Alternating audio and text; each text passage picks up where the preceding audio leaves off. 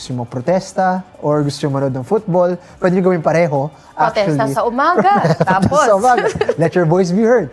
It's up to you guys. There are, of course, a lot of news circulating about this, but the matches are going to go ahead. That's what our understanding is. So make sure that if you guys are interested in the matchups we're going to be breaking down, that you make your way over to the Rizal Memorial Stadium.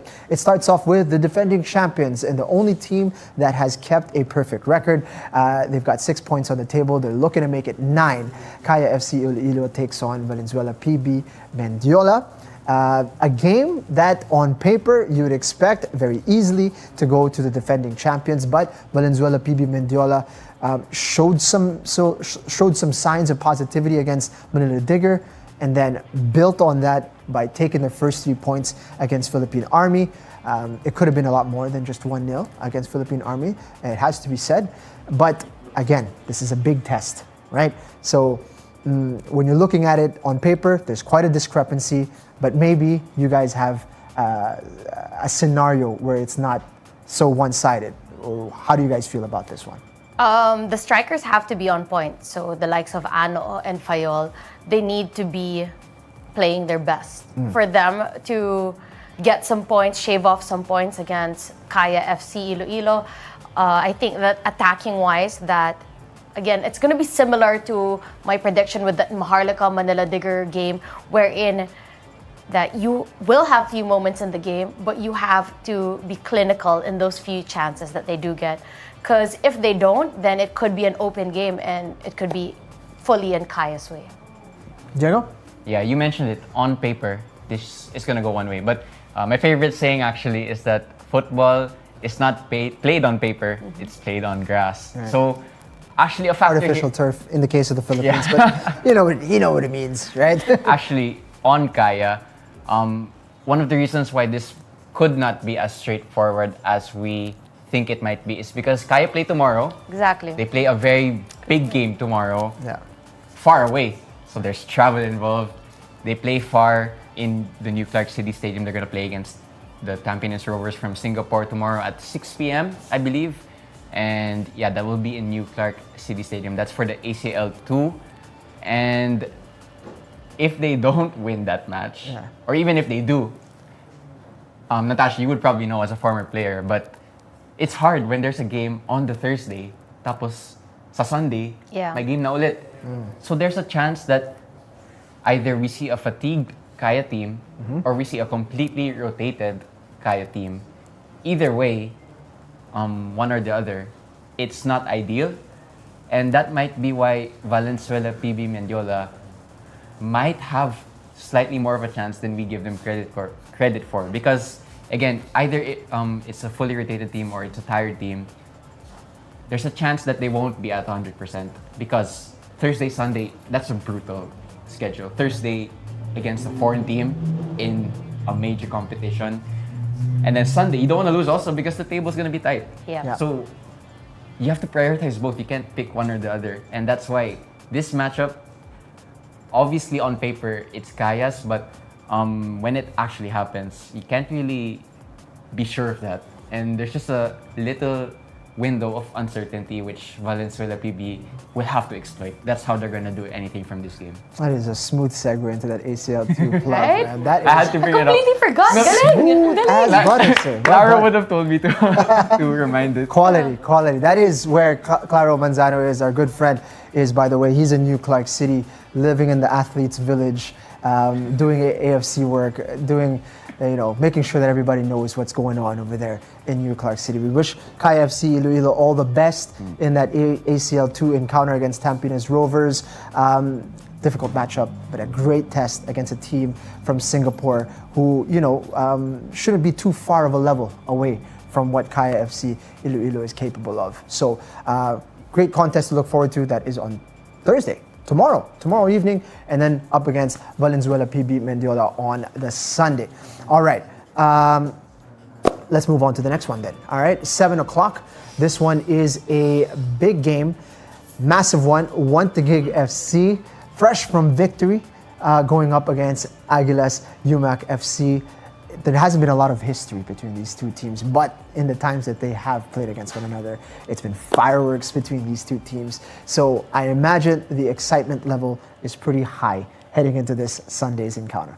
Definitely. For one, Taguig FC, they proved everyone wrong that they can start strong right away, that they don't need that time. They are veteran players, and this is what players of that caliber can do. They can show up on the field, get the win, and that's exactly what they did. So they're going to be on this high momentum coming in a game against Aguilas UMAK FC, that they already have a win in the bag, and they're going to want to continue on that good form.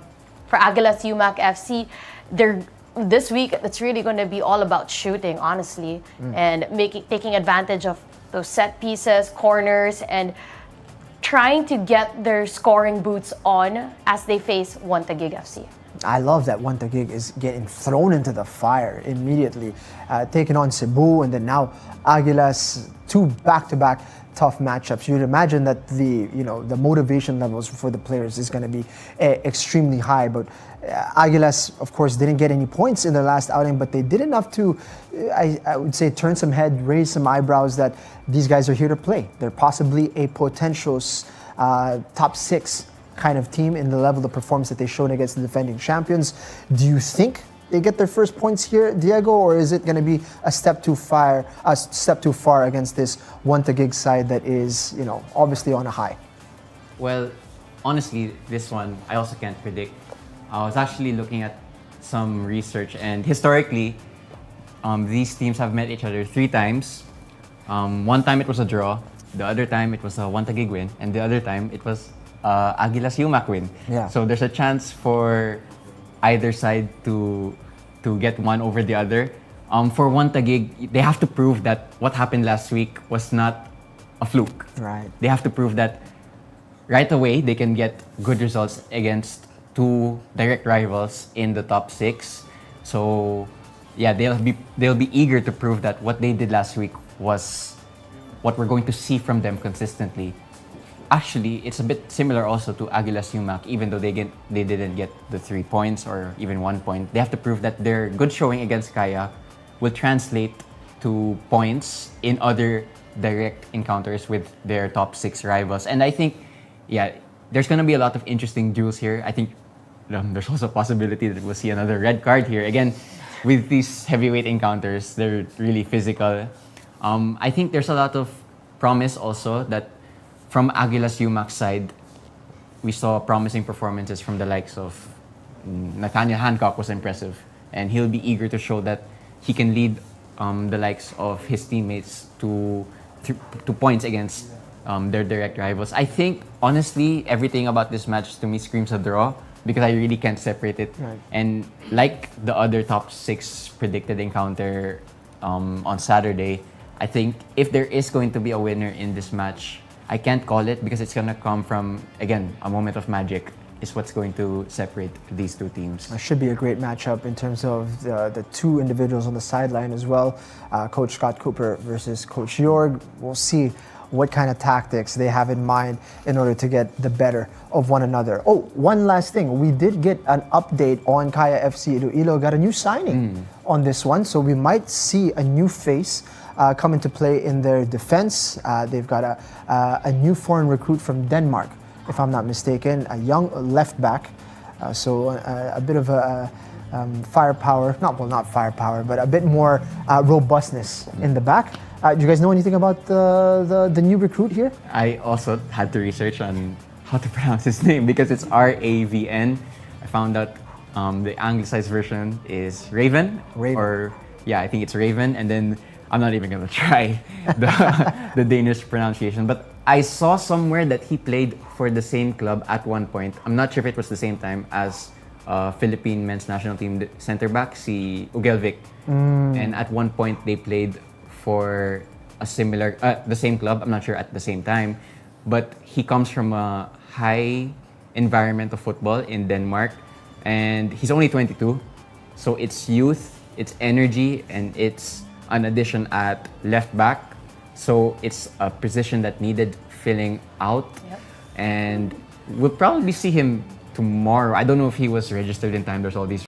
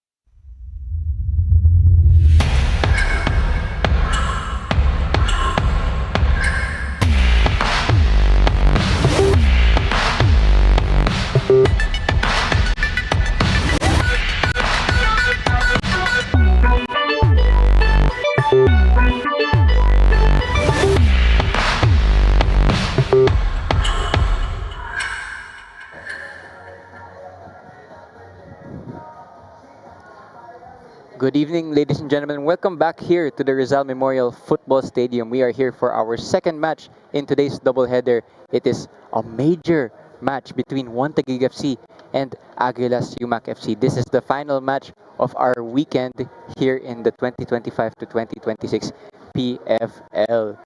What an exciting match this one is. Definitely going to be a great match at hand. Great weather as well for football this Sunday night. It did rain earlier today before our first game between Akaya FC Iloilo and Valenzuela PB Mendiola, wherein Kaya took that win 8-0 against Valenzuela PB Mendiola. But in just a few minutes, it's going to be a big match between One Taguig FC and UMAK Aguilas FC. Here we see the league table, which is beginning to form after 3 match weeks. Here's the home team in One Taguig FC. They won last week. It was a big statement win over Cebu FC. They scored first and got the 2-0 lead before conceding a very late one.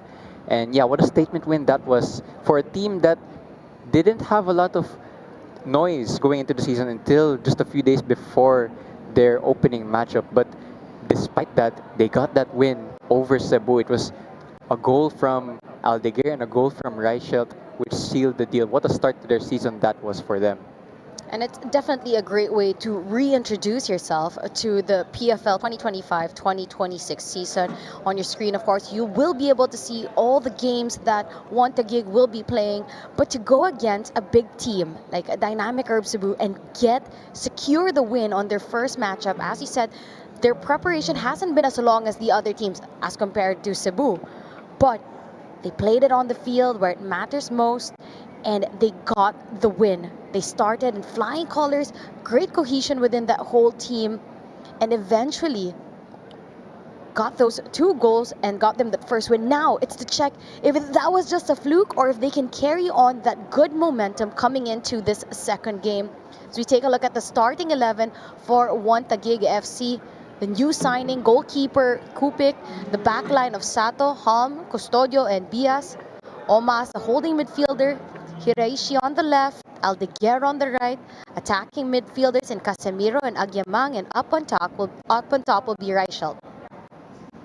Yeah, definitely a lot of players to watch, but one of those players is team captain Daisuke Sato, who will be going against his former team. So there's that extra bit of motivation if you're Daisuke Sato. There's actually a lot of reunions, I should say, tonight because Sato, along with Oma, his teammate, will be going against their former clubs. And on the other side naman, there's also similar stories. But Daisuke Sato, what a performance last week. A captain's performance to help seal the 3 points against Cebu. Definitely a familiar figure to many Filipino football fans. He is a stalwart player in Taguig, and he has so many caps also for the Philippine men's national team. So it's no surprise that he is one of the crucial players of Taguig. Now we will hear also from Coach Scott Cooper, who made the winning start against Cebu last week. Second game for us. We picked up 3 points in the first game. We were a little late starting pre-season, so we were a little bit rusty. So hopefully we see some improvements in tonight's game. Playing against a good team, a good coach that lost narrowly to Kaya. So it'll be a good test for us. So let's hopefully it's a good game. There you have it. It's Coach Scott Cooper, who is a very familiar figure also to many fans here in the Philippines because he was the coach of the senior and also youth national teams at many points throughout his career. But he's also a familiar coach throughout the rest of Southeast Asia. He coached in Thailand, and I believe most recently, before coming back to the Philippines, he coached in India. What an appointment he is, Natasha. Definitely, and he's a coach that knows how to use his players very well and get the most of them, whether they're old or they're the new, young, and up and coming. And that's exactly what he was able to do so quickly, despite what he said, which was a late preseason. They were still able to get the maximum number of points in their opening fixture. Now here we see the other side, Aguilas UMAK FC. They did lose last week, but it was a narrow loss to the defending champions in Kaya FC Iloilo. They only lost 1-0.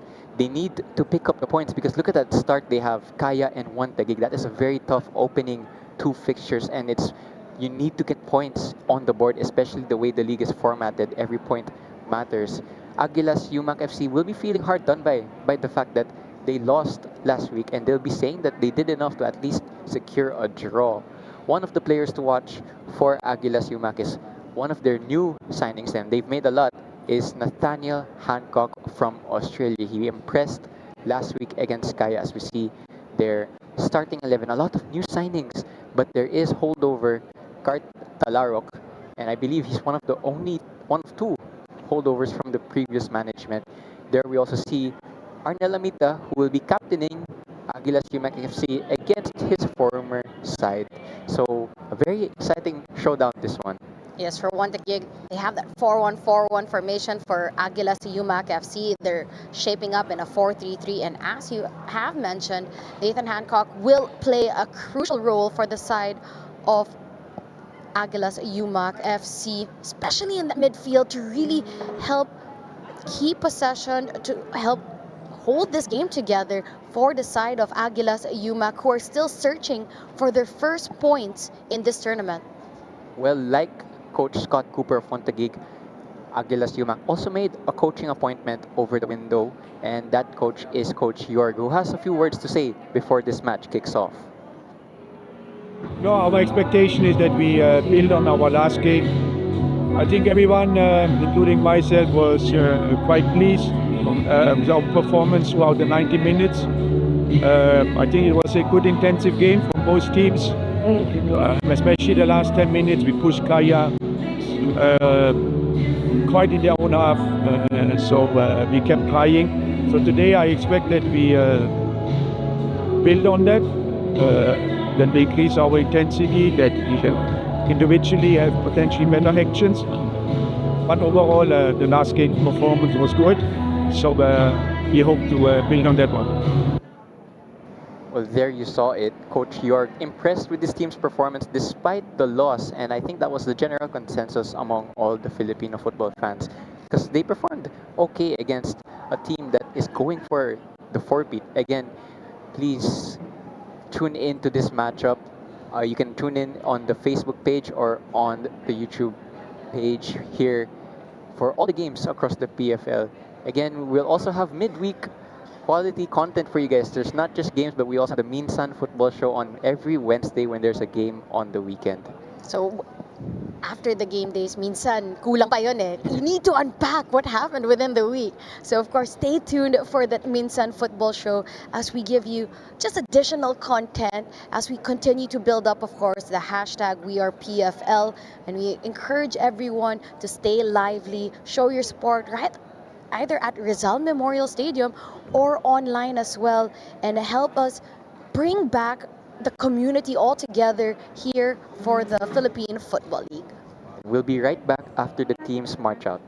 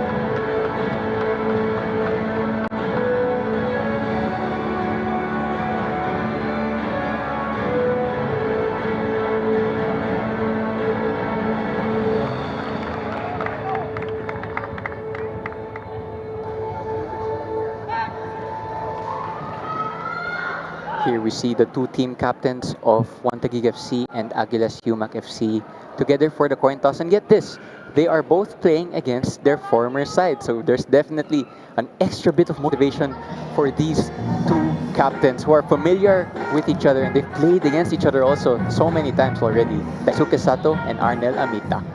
The referee for this match, John Mick Basinang. The assistant referees, Paul Galicia and Brian Buergo. Fourth official, Michael Barajas.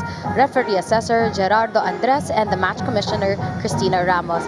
And as you mentioned, it is pretty ironic because not so long ago, they used to captain the opposite team. Amita used to be the captain of One Taguig, and Sato used to be the captain of back then when it was called Davao Aguilas. Yeah, handshake from the two captains, but I have a feeling when the game starts, all of that will go out of the window. And I must say also, this is going to be a nice rivalry, and also because I think it's also a rivalry for the best kits so far in the PFL, I must say. That's true. They do have some nice kits for both One Taguig and Aguilas UMAK FC. As we mentioned, shaping up in that 4-1-4-1 formation. Two changes for the side of Scott Cooper, with Hiraishi and Kupik getting the start, while for Aguilas UMAK FC 4-3-3, two changes as well. The likes of Malik and Mozinho, correct me if I'm wrong, that's the pronunciation, get the start today. Two players who are also national team players for Timor-Leste. And we see the benches for both sides. There's a lot of firepower from the two dugouts. Do not be surprised if we even see goals from that two bench, but they will definitely be using those benches tonight. As we approach kickoff, it will be One Taguig FC with the first possession in their all purple and white shorts. And then on the other hand, it's Aguilas UMAK FC with their white jerseys kicking from right to left. Again, One Taguig FC getting that, I wouldn't say upset, but it was definitely really a good result for them against a tough opponent over Cebu. Meanwhile, Aguilas UMAK lost to Kaya, but it was an impressive performance. There we see the new kickoff that is going and making the rounds in football. It's a tactic borrowed from rugby, but you essentially kick the ball towards the other corner and start the game with a press. We've seen that in the Premier League, and now we've seen it here at the PFL. Hiraishi. Again, Hiraishi did say goodbye to One Taguig FC, but he is retained for this season. It's a debut and first touch for Kupic of One Taguig FC. Last week it was Bandeken, now it's Kupic, and I believe he is also a Serbian under-19 international. So he has a lot of quality in his locker, and he'll be adding that to the One Taguig defense. Here's Nathaniel Hancock, one of the impressive performances from last week for Aguilas UMAK FC. Bias for Aldeguer. Oliver Bias will play as a right back because don't forget last week, Pete Forswell, who started in that position, got sent off at the dying moments against Cebu FC. And so it's Oli Bias as right back tonight. Ooh, physical play there. And the foul is called against Andres Aldeguer, who's saying that he got his shirt pulled actually there by Amarilla. Aldeguer, one of the players as well to watch out for One Taguig FC. A goal and an assist in the first game of the season. Physicality already on a boiling level from the get-go between One Taguig and Aguilas UMAK. Definitely a battle to watch out for Amarilla versus Andres Aldeguer. Again, Aldeguer scored last week with a shot that took a deflection from outside the area, but he also got an assist last week. So he started the season very well. Starting the season very well. Speaking of that, there's Reichelt with the ball. He is called offside, but he did perform to such a high level last week, getting a goal. And Reichelt just being called because he was coming from an offside position when he did get that touch to the ball. And as you said, One Taguig now really just trying to continue on that momentum that they got from that first game wherein they beat Cebu 2-1. And for Aguilas UMAK, they want to build on from the last 10 minutes that they had to increase that intensity. It's not an easy task going against the defending champions for your opening match with a revamped squad. You've mentioned it maybe 2 to 3 times, only three player like that are the left holders from last season. So a total shake-up of personnel for Aguilas UMAK FC, whether it comes to the coaching staff or to the players. Yeah, Aguilas UMAK FC now in their 5th PFL slash UFL season. They have a squad average age of 24.5, which is very young, almost like a university team. They did finish 6th place last season, 6 points adrift off the top 4, and that was enough for them to press the reset button, and that's why they've made so many changes, both on and off the field. For the side of Taguig, they did finish 3rd last season. They're going to want to build up from that and to break into the top 2. So you all know the top 2 who finish at the end of the league do get international exposure. Whether it's the AFC Champions League 2, the AFC Challenge League, or within the Shopee Cup as well. So there's so much to play for, not just pride, not just the championship trophy, but for international exposure as well. Of course, these are 2 teams that want to get on that international stage but haven't yet done so, unlike the other PFL rivals of these 2 teams. Here's Hiraishi down the left. Works the cross, but that's straight to the goalkeeper after a header from Bongolan.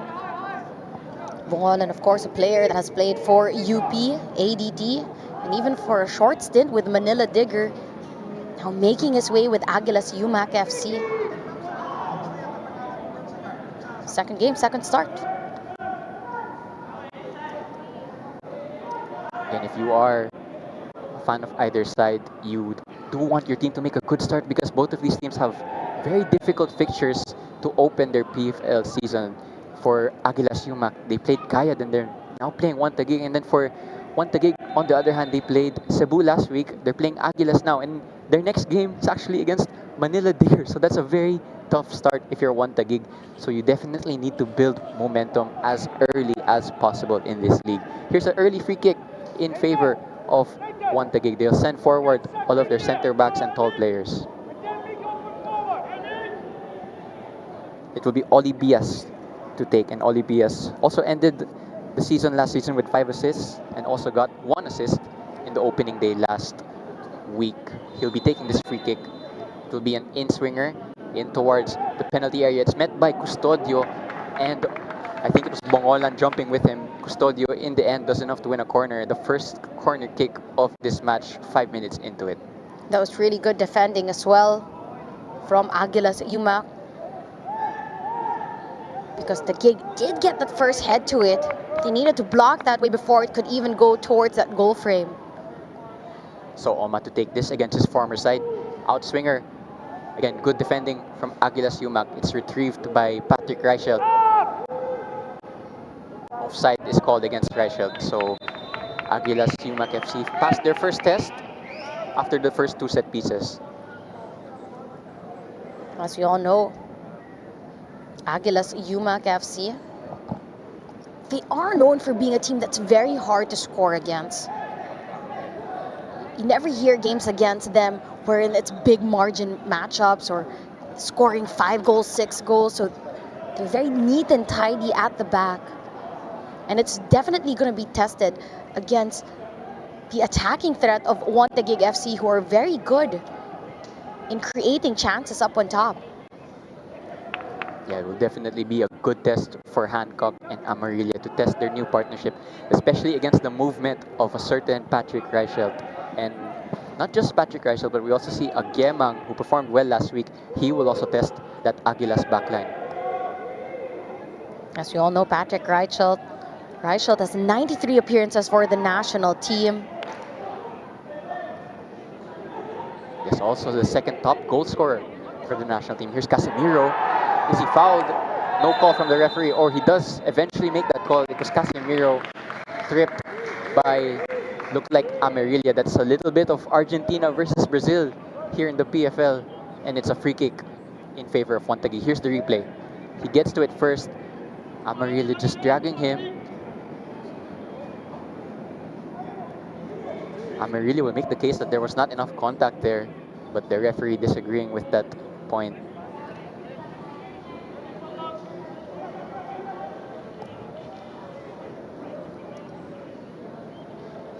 We have 2 players shaping up on top of this.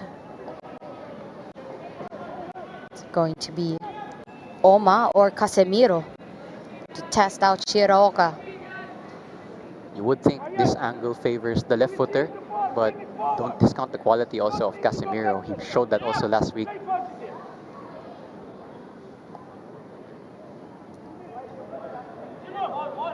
Aldeguer and Reichelt trying to block the view of goalkeeper Shiraoka.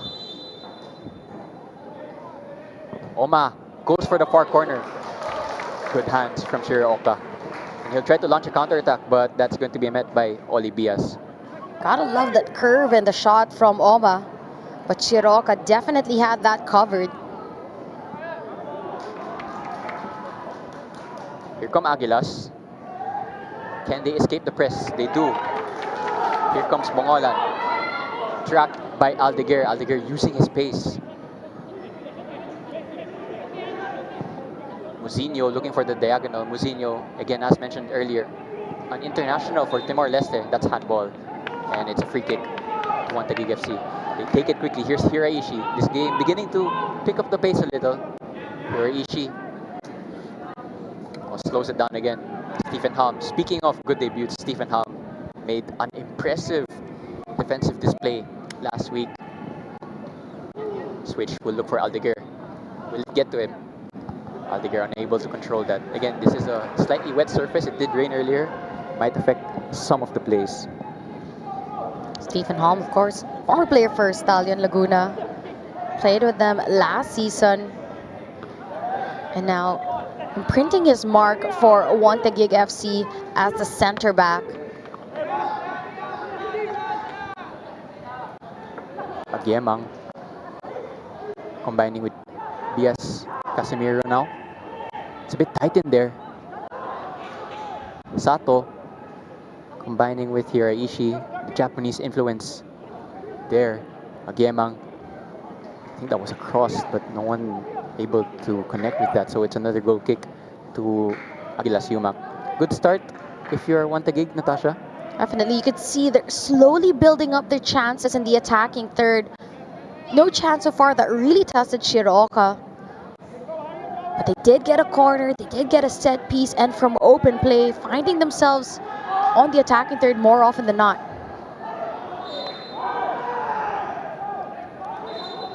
An intense start here, 10 minutes into this matchup. Again, I'm your commentator, Diego Cordero, and alongside me is Natasha Alquiros Dato. We will be here for this matchup. The referee just ordering the restart of that free kick. And this match, of course, is gonna close out our epic PFL weekend. Yesterday, Tuloy beat Don Bosco Garelli 3-0.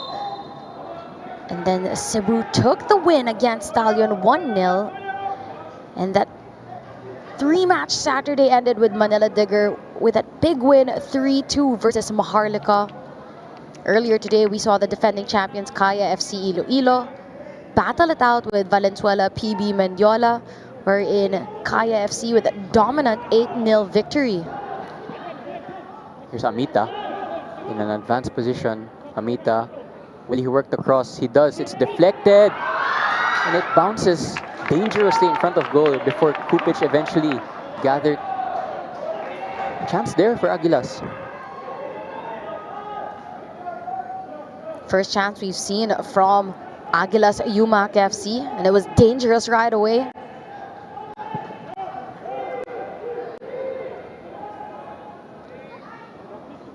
Neither side really able to advance into the driver's seat just yet. It's bouncing in between both teams, and possession still not settled for either side.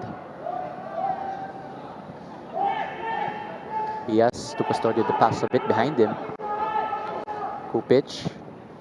We did mention, even though Taguig are technically still a new squad in the PFL, we already expect so much from them, especially with their signings, with their head coach. They did finish third last season, and they're going to be wanting to build up from there to really end up in the top 6. And as you mentioned, they did finish third last season, so that was enough to qualify them into the final series. But unfortunately for them, they were unable to get past that hurdle. Amita being brought down, referee not calling any foul. Here's Custodio. Looking for Aldeguer in behind. That might be a little bit too much for Aldeguer though. Physical battles all over the place here in the opening exchanges of this match. That was a closer look at Custodio. Played for De La Salle University, ADT, and back then United City. Also had a short stint with the U19 national team.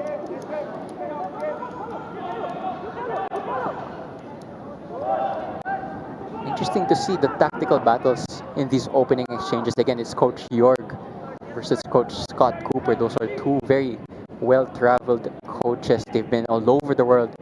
Coach Jorg, in fact, has actually been all over Southeast Asia like Scott Cooper. So they've had similar journeys, and they're meeting here in the PFL. There was a foul on Isaac Agemang on the edge of the penalty area. That's another set piece in favor of Taguig.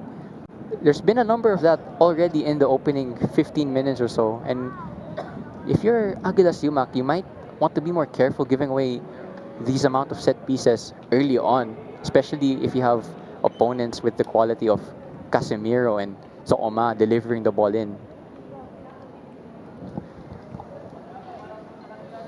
That's right, set piece opportunities definitely piling up for the side of Taguig.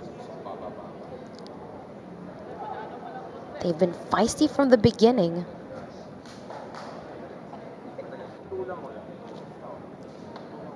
Aguilas UMAK giving away those fouls just right outside the box. Let's see if Taguig can take advantage of this golden opportunity. It's Casemiro and Sooma standing over the ball to add that uncertainty. There's a right-footed and left-footed option. You do say though that this angle might just favor Casemiro slightly. Let's see what happens. Casemiro deflected out for a corner. Could have been much worse for Aguilas UMAK after a wicked deflection. Let's see that on replay. In the end, it's a corner, but any deflection from a shot like that could go anywhere.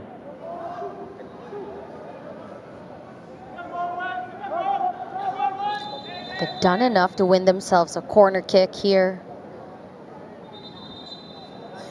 Referee just making sure that there's no extra pushing and shoving in the penalty area before the ball is actually in play. It will be Sooma to put this one in the danger area. Out swinger from his left foot.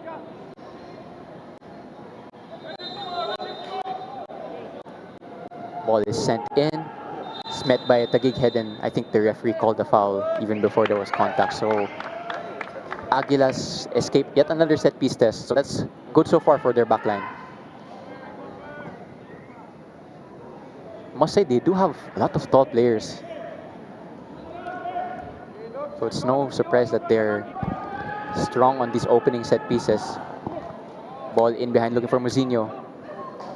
Over Custodio, but good tracking back from Olibias. Again, Olibias, usually a winger, being tasked as a right back. And that's definitely something that you want to see from certain players like Olibias, a utility player for the side of Taguig. Able to slot in different positions if called for. He is a player that has a lot of youth experience with the Germany U15, U16, U17, as well as the men's national team, starting with that U23 and 11 apps already so far. 11 appearances for the men's national team. I actually have an interesting story about Olibias. He made one appearance for Bundesliga side RB Leipzig, and that was for a Europa League playoff. He came on as a substitute, and he was substituted on for a certain Ibrahima Konate, who is now a Premier League champion for Liverpool. So the footballing world, small and big at the same time. That was a foul, heavy foul. Game's first yellow card. Here at the 17th minute, it's for Amarilla, and that was for the foul on Casemiro. Late challenge, I must say, from the Argentinian. You have to take a look at this replay again. Yes, definitely a late challenge there from Amarilla. And I think that yellow card was given because it was racking up already. This is his third, a bit on the heavy challenge. And eventually finds himself in the book.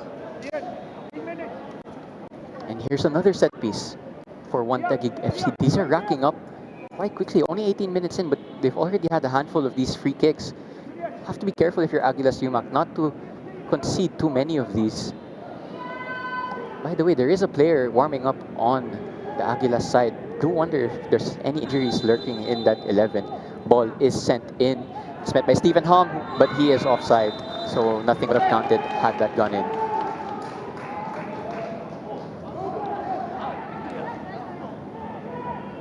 Again, there is a player quite strenuously warming up for Aguilas UMAK, so we'll keep an eye out on that.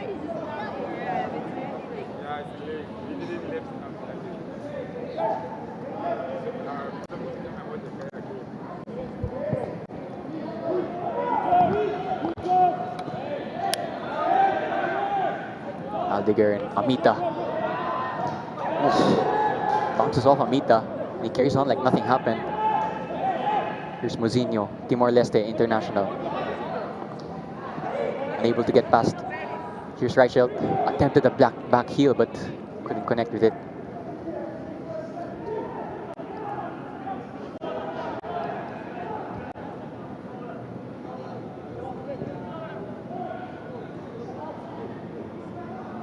In possession, just being surrendered back and forth. It's just moved forward. A lot of pushing and shoving going on there actually on the other end between Sato and his opposite winger. Almost 20 minutes in, and this game has been more on that physical side. No one team really dominating possession. It's been back-to-back for both sides. Custodio looking for Aldeguer. Excellent sliding tackle from Bongolan. And likewise by Olivias to win it back. Quick throw in taken, a bit short. And it will stay with Aguilas. Oh no, rather it will be back to Taguig. Diaz goes all the way home to the goalkeeper. Stephen Halm. Sato inverting from left back.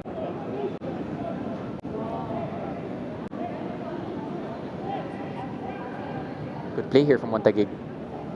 Hiraishi goes for the diagonal looking for Aldeguer, met by Moronlan. So it's back once again to Aguilas UMAK. Or some risky play from Aguilas and surrenders possession once again to Taguig. And is that another foul? No, it's not this time.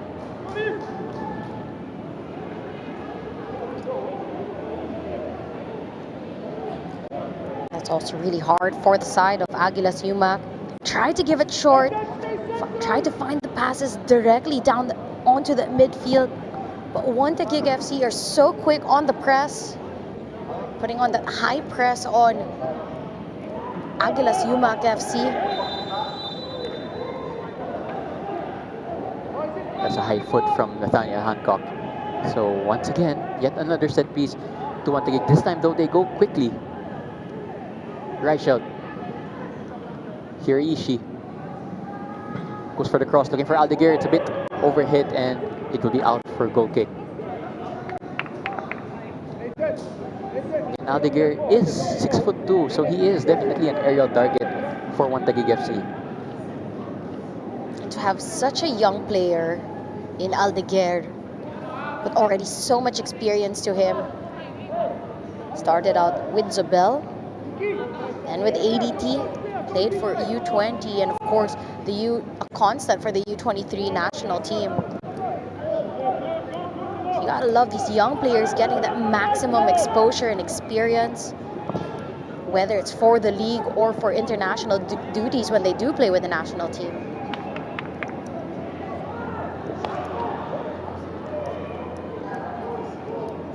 And you also have to think that, especially this season with the PFL 2025-2026 season, there are so many good teams. The teams are just racking up, revamping, getting much better, investing more in their players. And it would be only good things for picking up more players for the national team. But they don't need to look very far. They can just look in their backyard. Hiraishi taking on his defender. Cuts inside. Looks for Reichelt. Reichelt left it, but it arrives to Aldeguer. Agiemang. Still Agiemang. And still goes for the cross. Into a dangerous corridor of uncertainty. Eventually it's cleared by Aguilas, but that's good play from Taguig. Agiemang showing his confidence and capability to take on players 1v1, get away from that press, and so quick with that acceleration, beating the defenders, getting that cutback pass. Yeah, don't be tricked by his height, because that was some really good agility from him.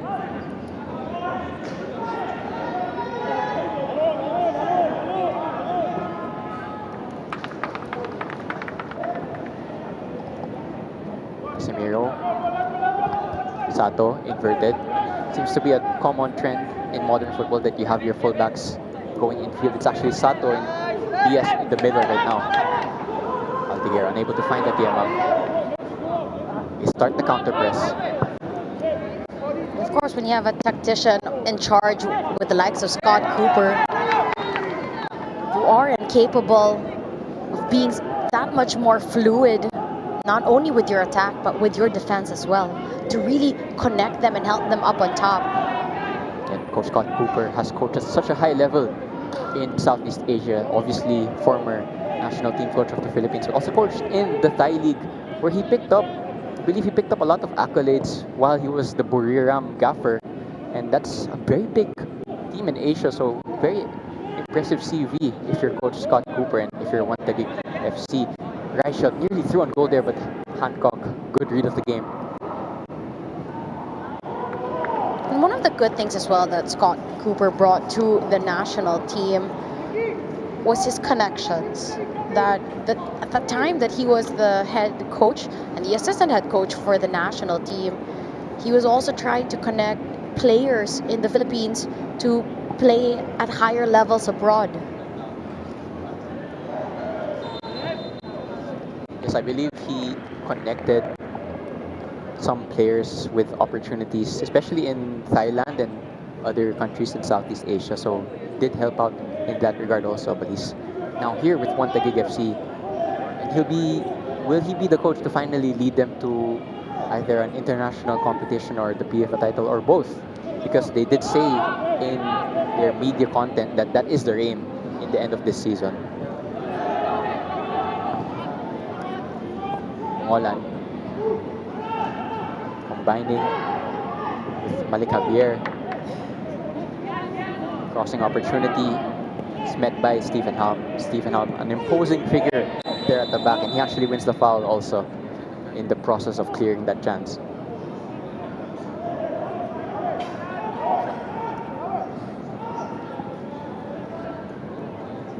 Quietly, actually, a really good signing for Taguig is Stephen Halm. Again, you mentioned he did play for Stallions, so he already has the experience in the PFL. It's a poor giveaway actually for Taguig. Good counter pressing from Oli Bias. Again, that is in his DNA growing up in German football. Aldeguer was offside, so he leaves it for Reichelt,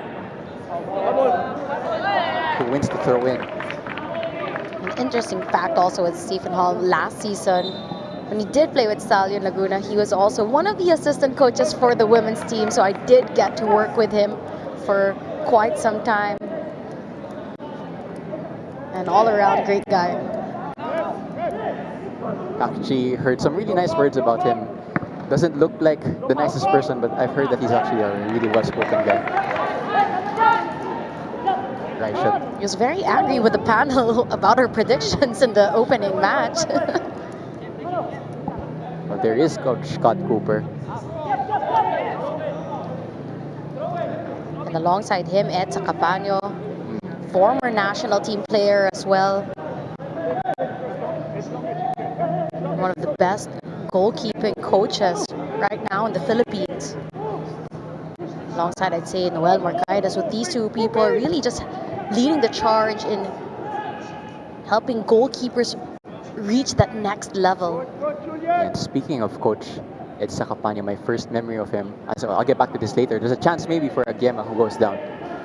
Speaking of Coach Ed Sacapano, my first memory of him actually was when a certain David Beckham came to the Philippines and played against the then Philippine Ascas, and Ed Sacapanya was the goalkeeper for the Philippines that day. And Beckham scored the first goal, I believe, of that match. Ended 6-1, I believe, in favor of LA Galaxy. Phil Young Husband scored the lone goal. And speaking of Phil Young Husband, he did play for Aguilas UMAK when it was still known as Davao Aguilas. He is actually the last player of that team, or of this team rather, to get more than 10 goals in a single season. So they'll definitely be hoping that that curse is broken by their new signings, such as, such as Javier that met by Sato. As you mentioned, in 2017, when they started 8 years ago, so in 2017 they finished 7th. In 2018 they were 3rd in the league. They took that break again, decided to focus on the youth football, eventually finding their way back to the top level.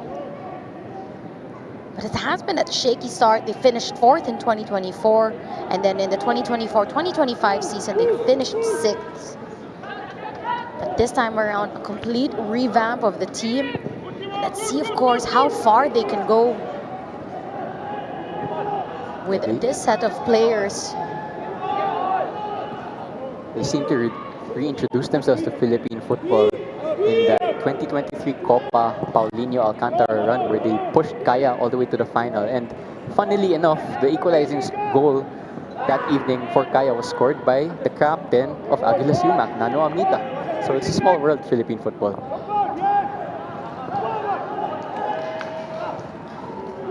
It's quite scrappy in there. Reichelt was offside, for those of you wondering why he didn't attempt to get that ball.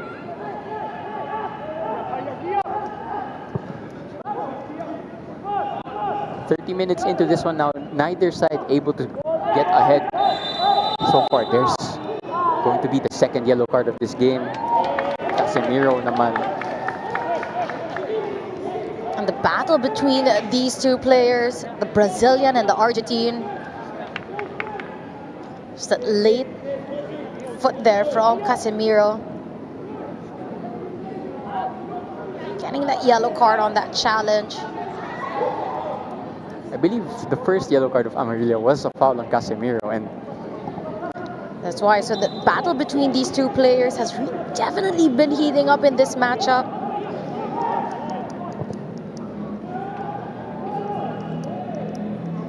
You'd hope that it stays at this level, not reaching the full boiling point. As we saw earlier in that match today, an unusual sighting when two players got a red card, one each for Kaya FC Iloilo and one for Valenzuela PB Mendiola.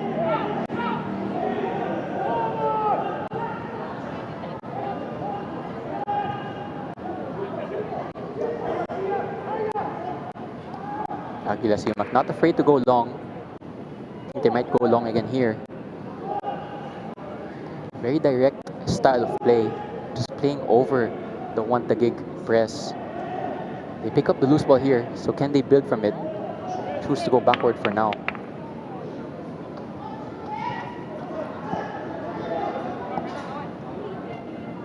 Shiroka just moving up higher the pitch. Oh, that's a mistake. Here's Reichelt. One Taguig have numbers here. Reichelt has Aldeguer outside. Aldeguer, will he go for the shot? Goes for the cutback. Oh, it's an own goal!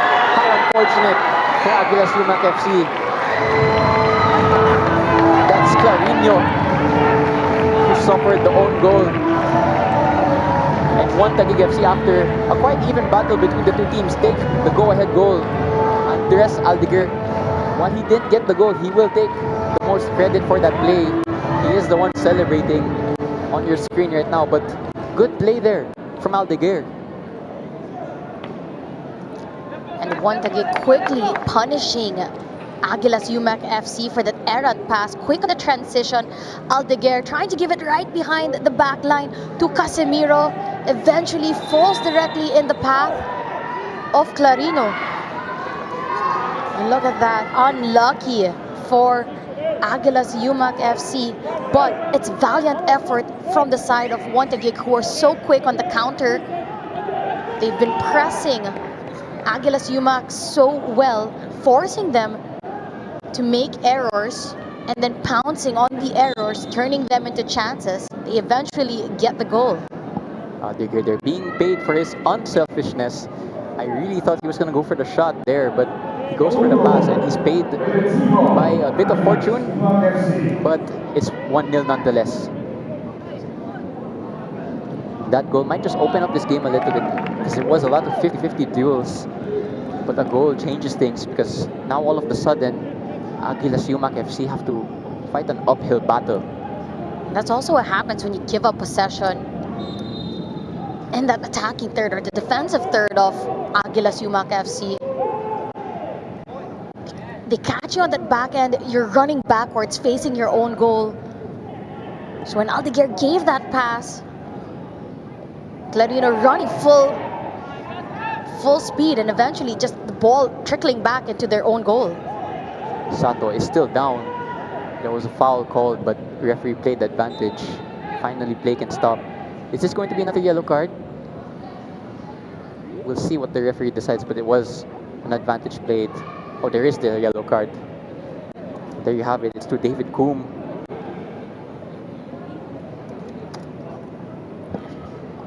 Again, as Natasha was mentioning, it was the build-up play of Aguilas UMAK that actually came to their downfall. A poor pass, and Taguig FC were in. Maybe a sign of their lack of time together. Again, these are players that are all newly signed, hence maybe the lack of chemistry with each other.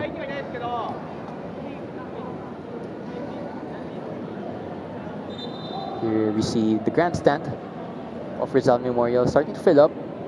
We do invite everyone watching this to continue to come to the games here at Rizal Memorial Stadium. The games are always on the weekend. Tickets for one day get you access to all the games that day. And we are in a very accessible position. There's a Vito Cruz station right there. So you can take the train, you can take the jeep, accessible for commute. There's a lot of parking also, usually on PFL weekends. So if you do have the free time and want to support local football, come down to the Rizal Memorial Stadium. And if not, you can continue to watch the live streams here on the We Are PFL social media pages. That's _ We Are PFL _ and follow us on all the social media pages, not just Facebook and Instagram, but also X and TikTok, because I believe there are certain plans for content on TikTok. Yes, so please help us out and follow our TikTok page _ We Are PFL _ kasi marami ng PFL pages. So please follow that. Eventually, we can go live on there as well. Yes, Try that's to right. reach, that younger community as well. Oh, Agiemang, dangerous area, fouled by Amita. And once again, another set piece in a dangerous area for Taguig. It's becoming a common trend now in this game. But as you did mention, yeah, we do plan to go live on TikTok eventually. So do follow the TikTok page of the Philippine Football League. Again, also want to give a shout out to the stalwarts in the fan chat. JP, Caldesef, Fun Rush 617, Daibit, Bacaratos, Martino, and Diniso. I think these are the people that are always present on the stream. So thank you for helping us grow this league. Anyway, to set piece to Olibias, out swinger. Ball sent in. Quite a mess, but I think eventually it's out for goal kick.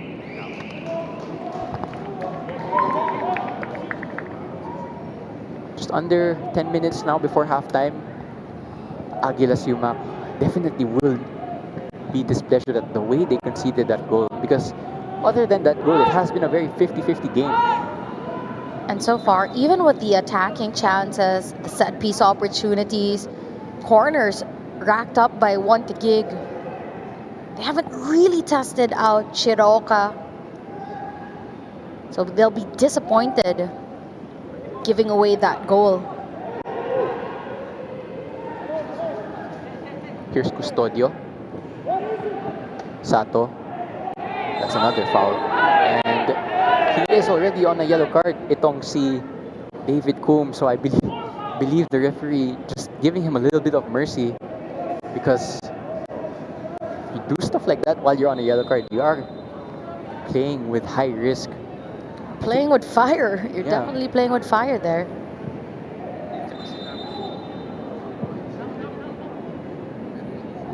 Again, David Coombe and Amarilla are the ones on a yellow for Aguilas UMAK. So they have to be very careful now with how they spend the rest of this matchup. And to think first half pa lang.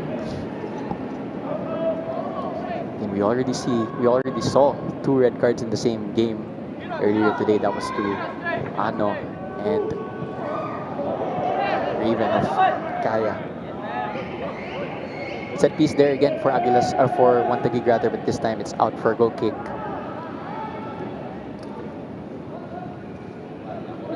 Aguilas as well. They haven't found that footing on the attack. Haven't really tested out the new goalkeeper of Taguig. That looked like a elbow from Amita. Yellow card. Out of your picture.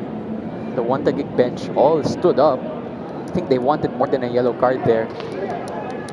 It's not ideal if you're Aguilas UMAK. You now have 3 players, 3 crucial players, who will have to play the rest of this game on a yellow card. And those are your players down the spine.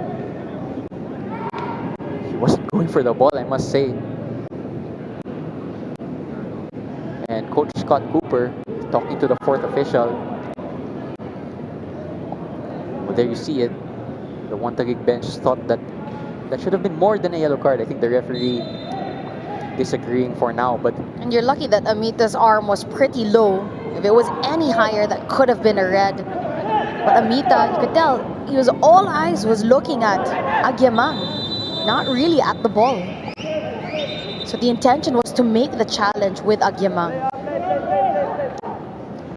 Aguilas definitely playing risky here because they are playing physical. Oh, that's a mistake from the goalkeeper. Reichelt bailed out by Nathaniel Hancock is the goalkeeper. That's a risky pass from Shirioka straight to Patrick Reichelt, probably the last player you want to give away possession to. You're lucky that Taguig weren't able to really turn that into a chance. Oh, here's Reichelt. Tracked closely by Amarilla. And possession will go all the way back to Kupich, who's not had any saving to do yet so far. So on that, oh, that is a very high boot.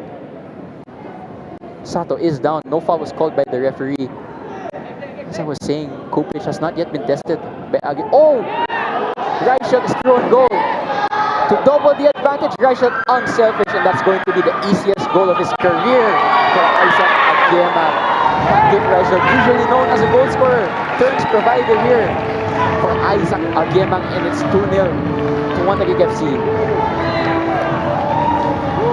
Quality work all around the pitch.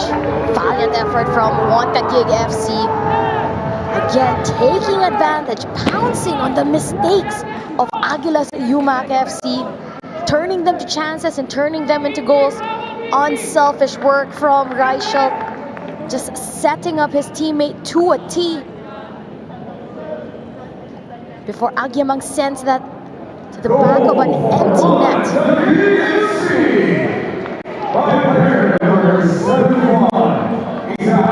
Great work all around the park for Taguig FC. They have been the more aggressive side. And for Aguilas UMAK FC, you have to wonder, the mistakes really piling up. Well, all eyes will be on Amarilla there, gifting possession to Reichelt, and Reichelt turning. Oh, it happened again. Oh, this time a foul is called in favor of. And when you look at, of course, the pass of Reichelt, that no-look pass, nonchalant, so smooth. He wins possession, goes one-on-one with the goalkeeper, looks away before he passes it on to Agyemang. He doesn't even wait for Agyemang to find the back of the net. He's already celebrating because he knows that that's definitely going to be a goal. Well, if you're Amarilla, not the ideal evening. Yellow card and that mistake. Nothing Shirioka could do to bail him out.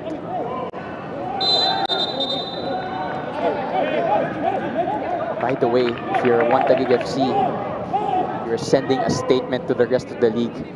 Beat Cebu and 2-0 up against Aguilas UMAK. Oh, is that a penalty? It is. Lifeline for Aguilas UMAK FC. Matthew Custodio with the late challenge. And, well, they haven't had much attacking so far, but all of a sudden, it's now a penalty to Aguilas UMAK. Need to see the replay. Mozinho on the receiving end of that challenge. It was a pass from Bongolan up on top. And that's definitely a penalty. Mozinho got to the ball first. Custodio tried to clear that ball out. But Mozinho did get the ball first. Custodio got more of the foot rather than the ball. And it's a penalty, a lifeline, right at the end of the first half for Aguilas UMAK FC to take one back and to turn things around for their side. Well, after not being involved so far in the first half, Milos Kupic, the Serbian goalkeeper of Taguig, has to save a penalty if Taguig want to go into the halftime break 2-0 up. And it's former captain of Taguig, Arnel Amita, to take the spot kick. What a high pressure moment this is. Let's see who blinks first. Must say Kupic in goal for Taguig is quite an imposing figure. It's Amita to take. Amita goes for the Panenka, and what a mistake that was. Against his former side, he will not want to see that back. And when you go for the Panenka, and when it doesn't work, oh dear. Oh, you know people are gonna be pissed. Well, Let's see the violent reaction from the bench of Aguilas UMAK FC. oh dear. Goes for it and doesn't even go in frame, especially when you're down 2-0 at the end, towards the end of that first half. It is crucial to keep you in the game, to try to shift momentum to your side. Some scuffle going on between here, and in the middle of all of that, we did get confirmation there's going to be 4 minutes of additional time. But my goodness, that would have been not perfect, but an ideal way to go into halftime if you were Aguilas UMAK. And for Taguig and for Matthew Custodio, dodged the bullet there. Disappointing from Aguilas UMAK FC. Kupic went down, but Aldeguer's in here. Will he work the cross? He wins the corner, and again, as I said, Kupic went down, so all Amita needed to do was to get it on target. But he got too much behind his pass, or his shot rather.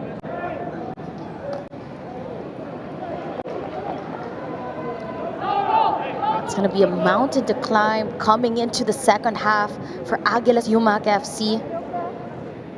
Besides that penalty that was given to them from that foul inside the box, they haven't really done anything on the attack to really test out that Taguig defense. Corner sent in. Dangerous. Casemiro. Eventually cleared by Aguilas UMAK, but that was another dangerous moment for the back line there. And can they spark a counter-attack actually? Excellent play there from Daisuke Sato. Well-timed sliding tackle from Daisuke Sato to just stop that quick counter-attack from Aguilas UMAK FC. Well, because of that penalty, I still believe that Milos Kupic of Taguig has still yet to make a really notable or save in general. He hasn't made one yet. We'll confirm if there was a yellow card here.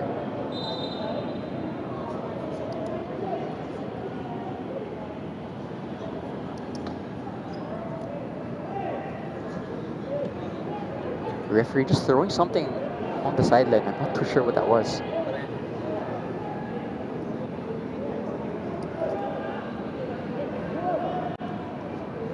Sato with the diving header, or that was Sooma rather.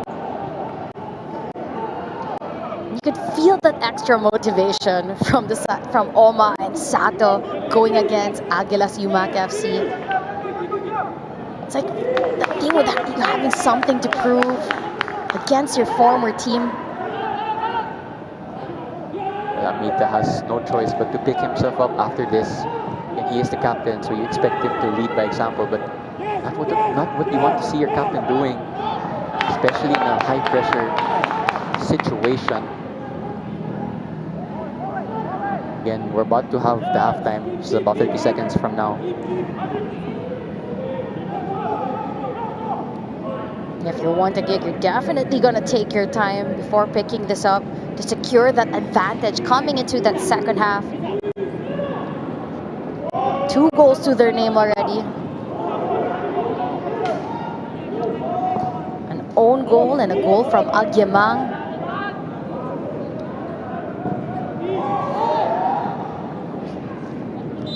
And there you have it, halftime whistle from the referee. It is 2-0 to 1 Taguig FC. Goals from, well, the first goal was actually an own goal from Clarinion, and the second one, an easy tap-in for Agyemang. Aguilas UMAK FC had the lifeline. They had the chance to have the deficit, but it was Amita there in your picture right now who missed the crucial penalty. And because of that, it's still 2-0 to 1 Taguig FC. Don't go anywhere just yet, because we will be back for the second half of this rivalry encounter.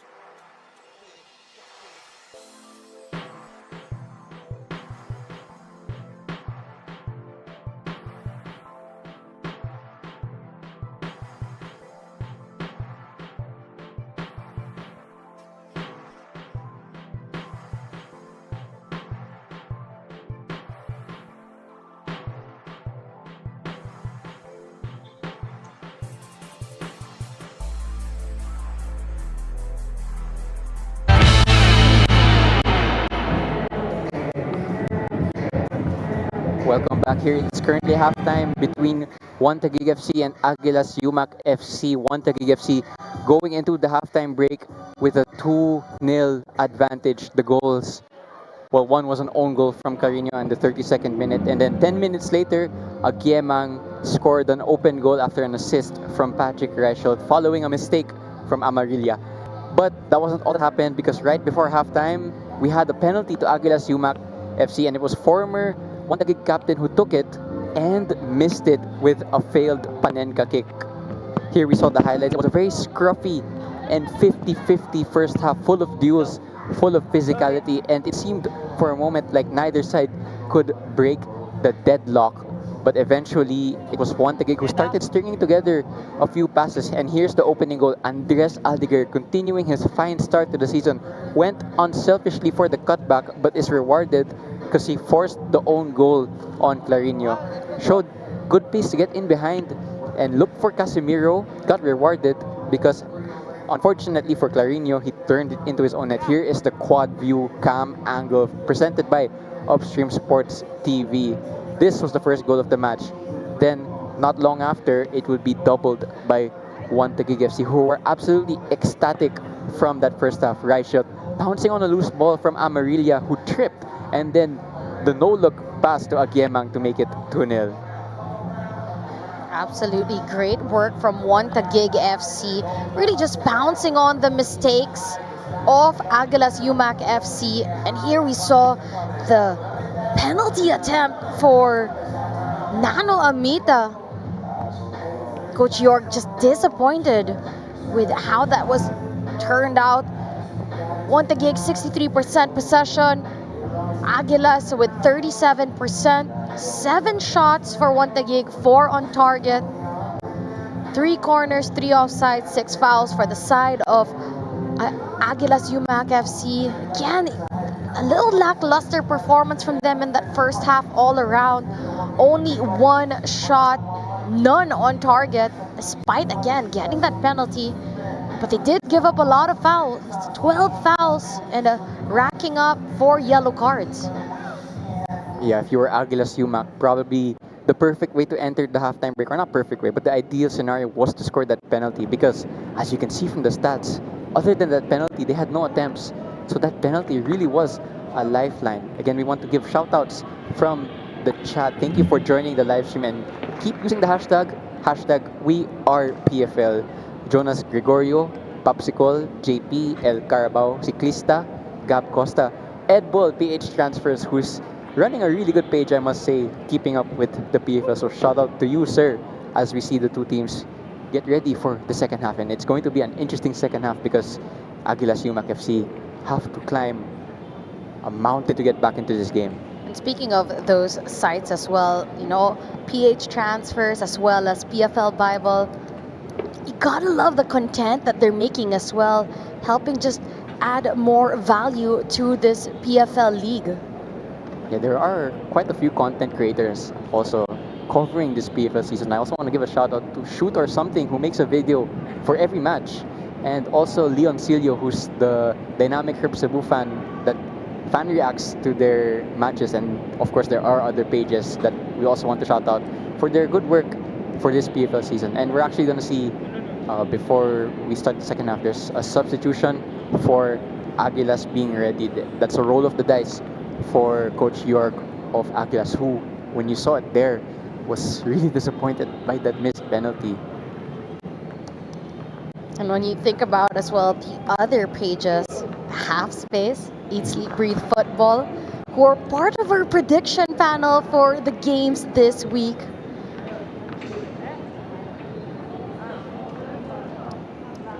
And we definitely are a community and we'll try to bring in everyone to grow football in the Philippines. So do stay tuned. Let's try to stay active and help each other out. Again, we are a community and we'll try to bring in everyone to help grow Philippine football as we kick off this PFL season, because we do want to bring that community feel. Again, we did see a substitution. It was Diallo Bubakar of Aguilas UMAK coming on for Amarilla, and Amarilla, of course, on a yellow card. So you do want to keep all your 11 players on the pitch, and one way by doing that is probably taking out the player on risk, which Amarilla was because he was on a yellow card for that first half. It will be Aguilas UMAK kicking from left to right in their white jerseys, and it will be one Taguig FC going the other way in their purple kits. Again, I'm your commentator, Diego Cordero, and alongside me is Natasha Alquiros Leito. We are here for the second half. It's Amita who missed the penalty to start things off. There we saw the kickoff tactic again of just launching forward.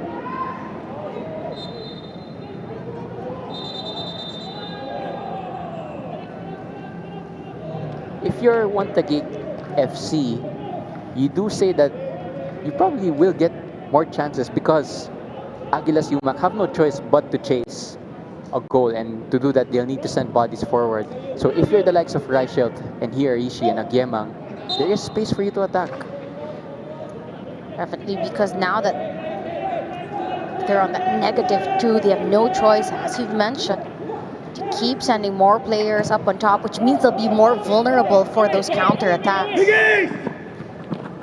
That's exactly what the likes of Patrick Reichelt are going to try to exploit. Again, Patrick Reichelt, 37 years young, the second top goal scorer of the Philippine men's national team. Now with Taguig, after a spell with Kuala Lumpur City, got an assist in the first half for Isaac Agiemang.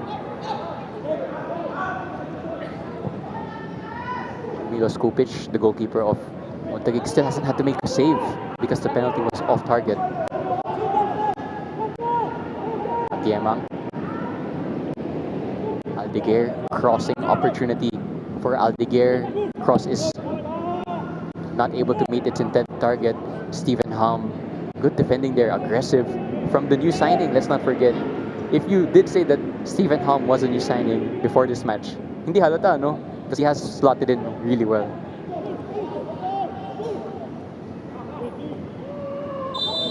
Late kick out from Aldeguer, and that's on Nathaniel Hancock. Could actually hear the scream all the way here from the grandstand, so it was an obvious foul.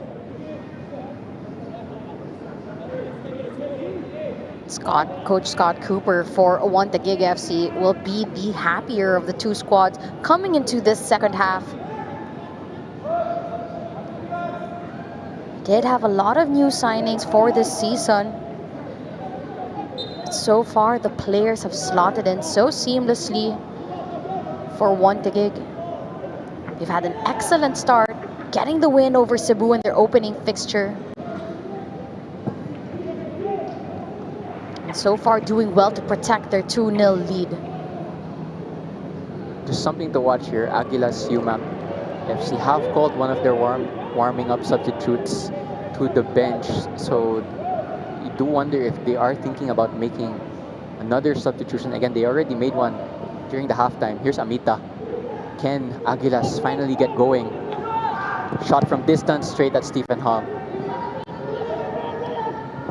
Early cross. Stephen Hum once again. Solid from Stephen Hum. Just the power that he brings when he does head the ball away. Make sure it's completely out of any second ball distance. Well, that was a really good idea from Casemiro, looking for Reichelt, who's drifted out. Here's Reichelt down the left wing, will take on his defender one-on-one. Goes outside, steps past him, goes for the cross, and it was nearly 3 there. Aguilas escaping for now, but that's another warning. Can't give them too much space, the likes of Reichelt. Reichelt doing really well on that right-hand side, beating his player on that 1v1, bringing him some space, cutting it back, connecting with a teammate. But Aguilas UMAK defense standing strong on that challenge. That was a foul there by David Coombe on Stephen Hum. David Coombe, of course, on a yellow, so he might want to start or to stop all of those small fouls because he's playing a risky game by doing that. And there is the substitution from Aguilas. It's going to be Richard Jr. Talarok. So now both of the Talaroks of Aguilas UMAK are on the pitch. Player number 2, replaced by player 4, Richard Talarok Jr.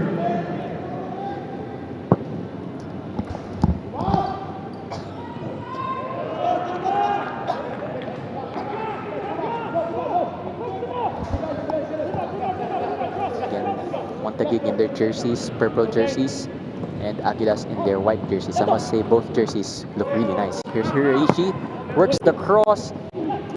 It's met by an Aguilas defender, so they break away. Here's Sooma from distance. Chance is not cleared yet, eventually cleared. Shiraoka unable to catch that. It looks straight at him, but I believe that shot from Sooma was actually a knuckleball. The hardest type of shot to deal with if you're a goalkeeper because the ball doesn't spin, it just moves in any direction. Offside there. Good highline from Taguig. Also interesting from the side of Aguilas UMAK FC to see the fans, and if I'm not mistaken, that's Dan Palami in the stands there. Supporting, of course, Taguig. They made a halftime substitution. Marilla out and Diallo.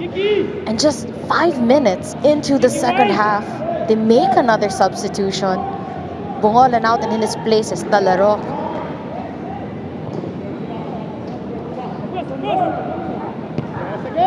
By the way, I believe Aguilas player David Coom is slightly limping, so that's not ideal if you're Aguilas.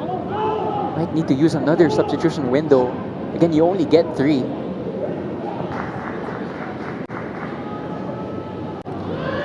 That's too far for Muzinho, the Timor-Leste international. A closer look at Kiki Reichelt. It's been fantastic for Taguig.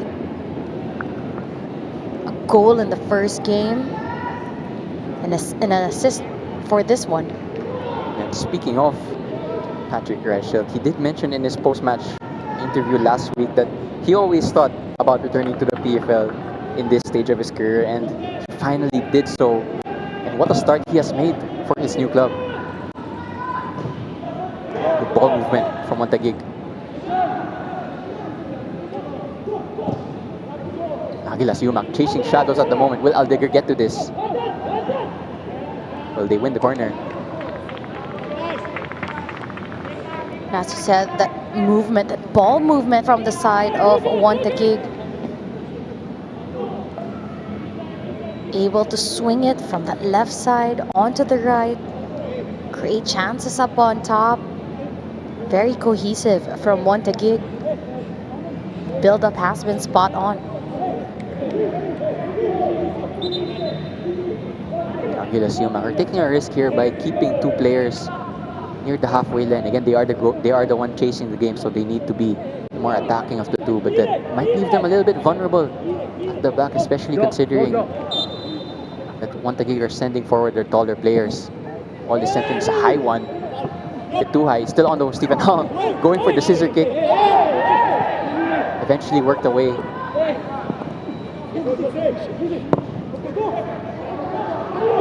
This will be Santos. He wins the throw-in. Sato, the last man there, but that didn't faze him.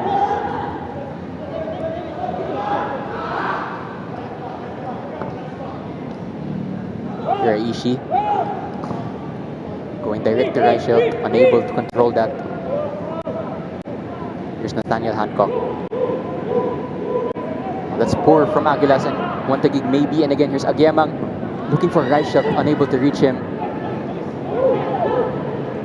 Again, build a play. And all of a sudden a mistake and Taguig are in. If you're Aguilas UMAK FC, that's not the first time already that this happened tonight. They just haven't been as sharp when it comes to their passing. In a game of football, game of fine margins, error passes will be punished. And for the side of Aguilas UMAK FC, the errors that they've made have turned into goals for Taguig.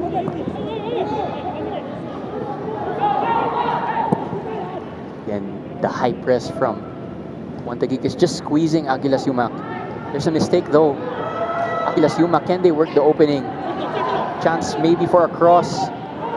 Can they do anything from this? The cross is straight to Olivias.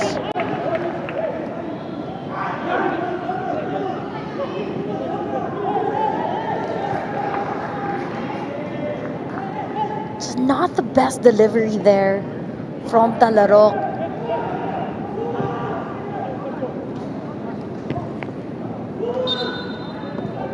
Did have the numbers building up on the attack.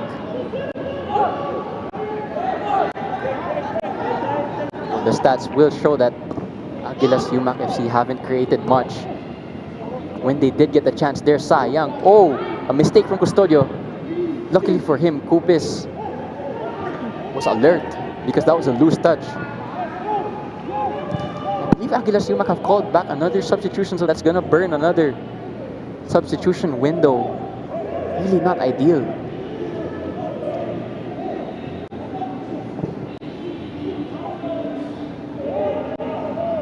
Agyemang looking for the diagonal.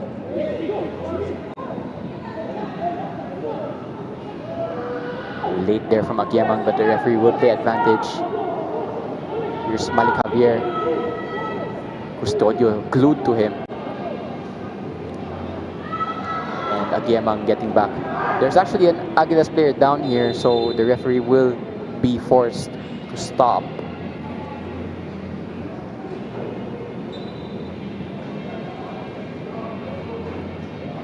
It does give the yellow card eventually. Just have to wait for the confirmation to who. But the reason why the referee didn't blow the whistle was because he was giving the advantage for the side of Aguilas UMAK.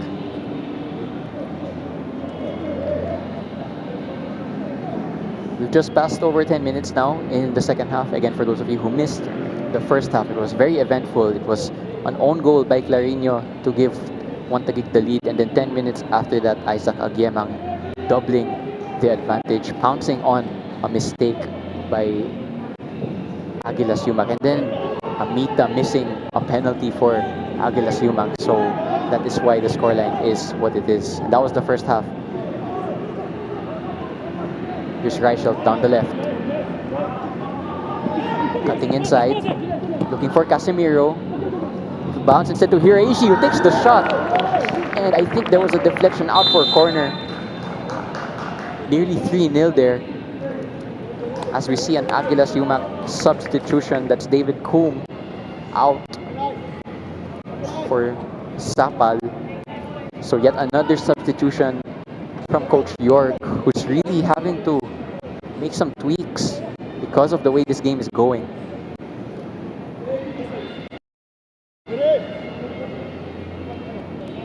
Substitution for Aguilas UMAK. That was a save from Shiraoka. Replaced by Taguig eventually getting the corner now. So there was 3 substitutions so far for Aguilas UMAK FC at 3 different moments. Cuomo is out, and in his place is Sapal. Olivias with the in-swinger. It's quite messy, and eventually we're clear. Some shouts of handball. So Oma going for the halfway effort. Long throw towards Viren. Sato with the diving header.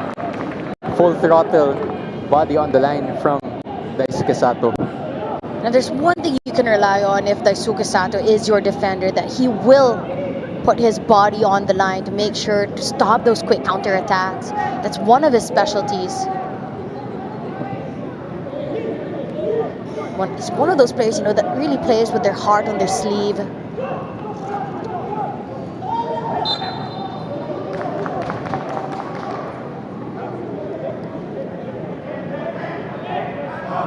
Of course, he is a player that, sad if I'm not mistaken, 60 appearances already for the national team. Did play in Persib Bandung for coming back home to the Philippines, playing for Davao Aguilas. And now switches allegiance for Taguig. Foul on Hiraishi. And that was a confirmation for the yellow card earlier in that challenge. Aguiemang gets the yellow card for Taguig FC. Seeing a lot of yellow cards tonight. And we also did see 2 red cards at the same play in the first game. That's offside from Reichelt. Advantage played by the referee though. Actually, it's brought back. I believe in the Premier League or in other European clubs, they're starting to play advantages after offside flags go up. So we'll see soon if the PFL follows suit.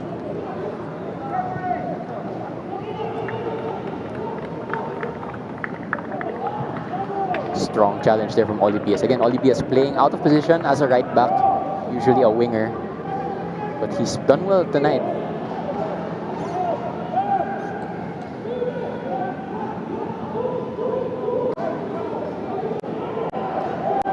High press from Taguig. Reichelt might be through here. Has to deal with Hancock. Can Reichelt work the cross? He does. Eventually, it falls to an Aguilas player. They just worked it clear, but no outlet. They just went long.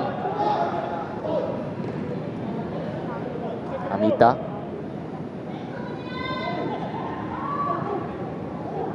Good turn. Aguilas, can they create something from this? Oh, and attempted back heel. Sato won't mind that. Coach Jorg storms to the bench in frustration. This is an obvious yellow card. Probably the most obvious one tonight. That's Cart Talarok, now in the referee's book.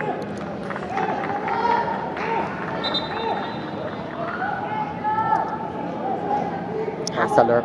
Hasn't been the best outing actually for the Talarok brothers in this matchup. Cart Talarok probably just a little bit frustration there, which is why he yanked back Hiraishi. We're going to see two changes in a moment for Taguig, maybe after this play.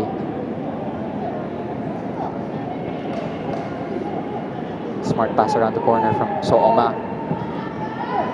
Strong challenge from Hancock. Maybe a chance for Aguilas to get in behind Taguig's back line. Early cross. Good goalkeeping from Kupic.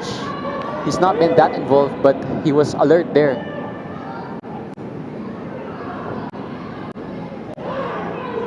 Very brave goalkeeping from him. Good touch by Amita. Early cross is played in. Open goal perhaps. Shot. Good save. It's Kelondo. Amita. And then it goes out for, I think that's a goal kick.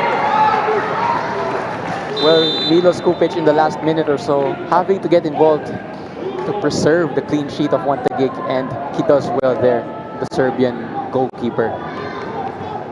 Double save from him, spot on with the punch out.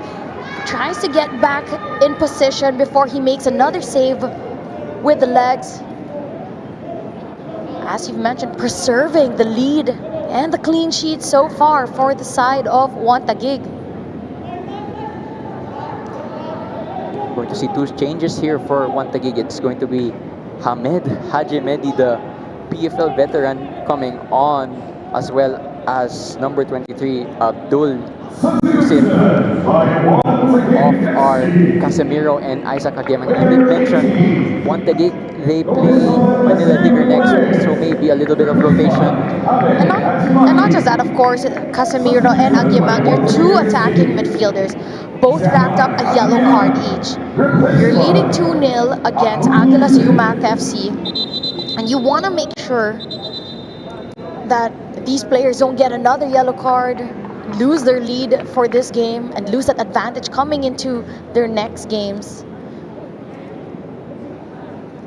So Casemiro out, and in his place is Yusuf, and Agyemang is out, one of the goal scorers, and in his place will be Hajimadi. Smart changes there if you're Coach Scott Cooper. Again, don't want to go down to 10 men, especially against a top 6 rival, especially because their next game is also against another direct rival for the title race. Then if you're Coach Scott Cooper, you also think about rotation. Just making sure here, but Milos Kupic went down. He looks fine though, so play will resume after this temporary water break.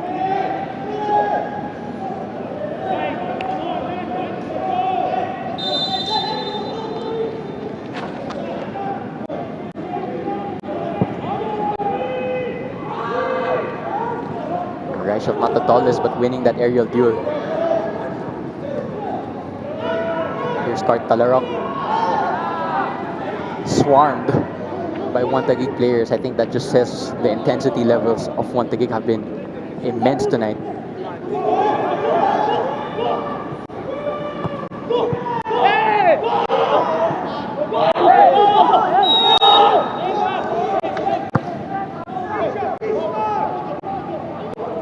Oh, good play from Hiraishi. Escapes his man.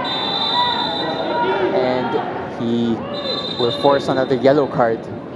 That's number 8. That's Sapal, the substitute, with the yellow card. Good play from Hiraishi to escape the pressure. That was very smart work from Hiraishi. Just maneuvering his body in a way, being able to turn around, escape the pressure, and attract the yellow card.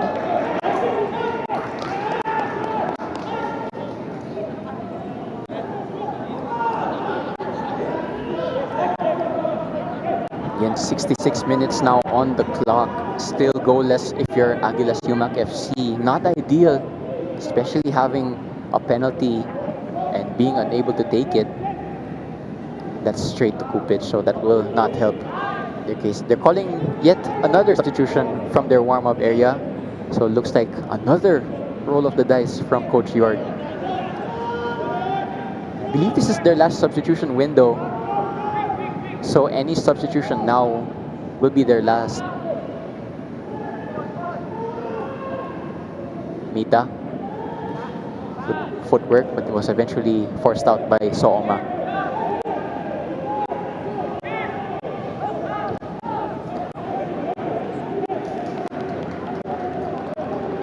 With this revamped Aguilas UMAK FC team,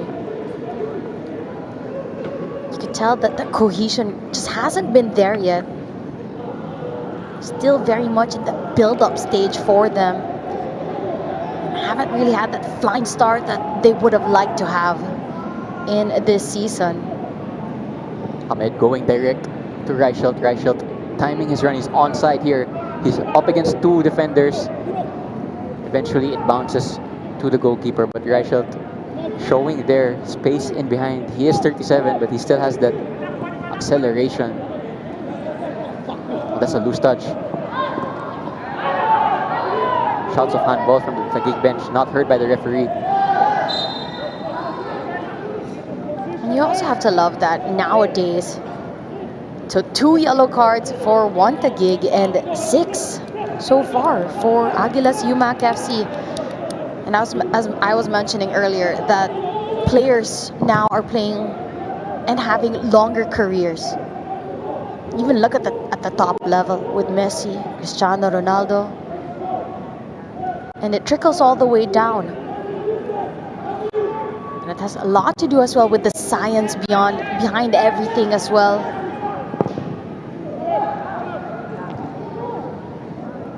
Not just Patrick Reichelt showing that, but also there in the middle of the pitch we have Hamed doing the same. So you have Hamed, Reichelt, Doctora, Rota, Schrock. Shot on target there from, I think that was Cart Talarok, but again, Kupich might take more to beat him from that sort of range.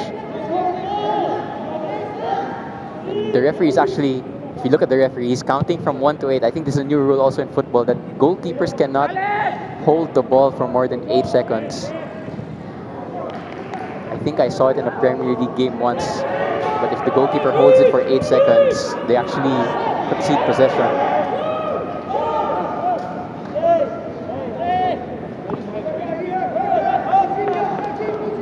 The onus is now on Aguilas UMAK FC. Only 20 minutes now. Time is running out for them if they want to get anything from this matchup, because it's not going to be ideal if you start the season 0 out of 6 points. Again, their next game is against, I think it's Philippine Army, so that is a favorable result, but you'll already be playing catch up if that's the case. But what about the start of 1 Taguig to this season? Up against 2 rivals, and at the moment it's going to be 2 wins.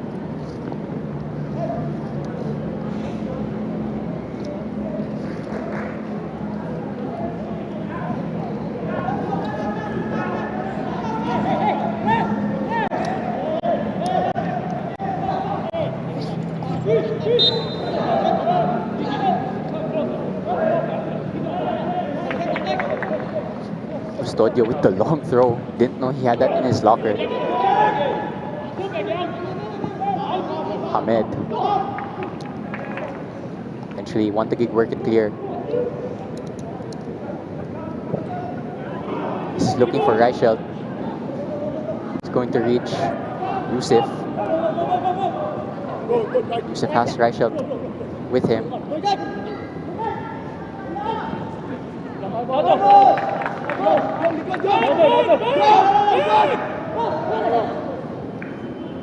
Looking like 1 Taguig will ready another substitution. Looks like it's number 92,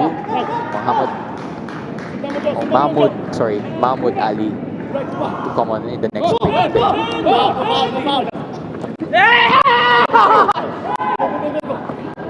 I heard Reichelt screaming there, but there's a chance here for one Taguig. It was Hamed, but he was unable to make a cleaner contact. Reichelt was asking for a foul there, but the referee not having any of it. He is back up on his feet, so he is fit to continue.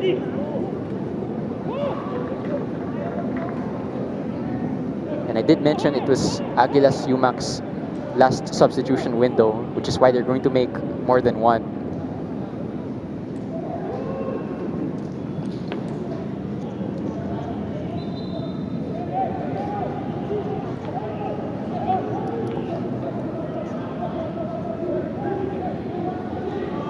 Hearing it's going to be Oli Bias to make way for one Taguig. It looks like it's going to be Kurt Dizon coming on. Shot taken, it's out for a corner. And that allows for this flurry of substitutions. Again, this is the last window of substitutions for Aguilas UMAK. And just out of your screen, Oli Bias has gone down and he is one of the ones going out. So you do wonder if this is more injury related rather than tactics. And it looks like it's Charles Pickering and Yamamoto. Kira Yamamoto for the side of Aguilas UMAK FC. So 2 substitutions each.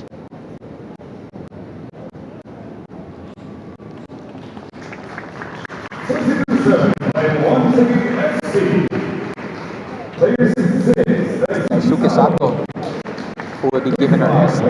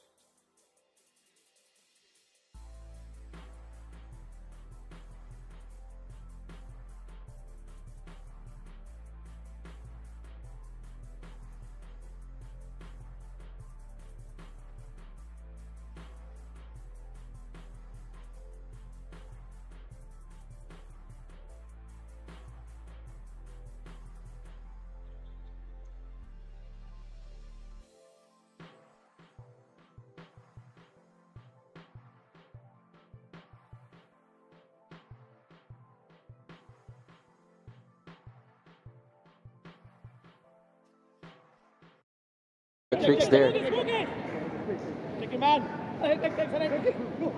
Yes, will we see more of that footwork? Will we see more of that footwork? This time it's out for a goal kick.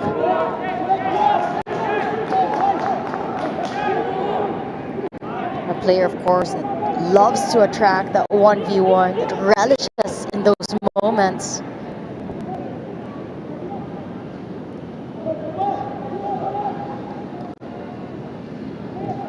You mentioned it earlier, but there we saw it again. It's Taguig who are so eager to get back in numbers quickly.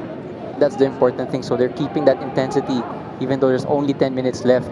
That's why they're still keeping that clean sheet tonight.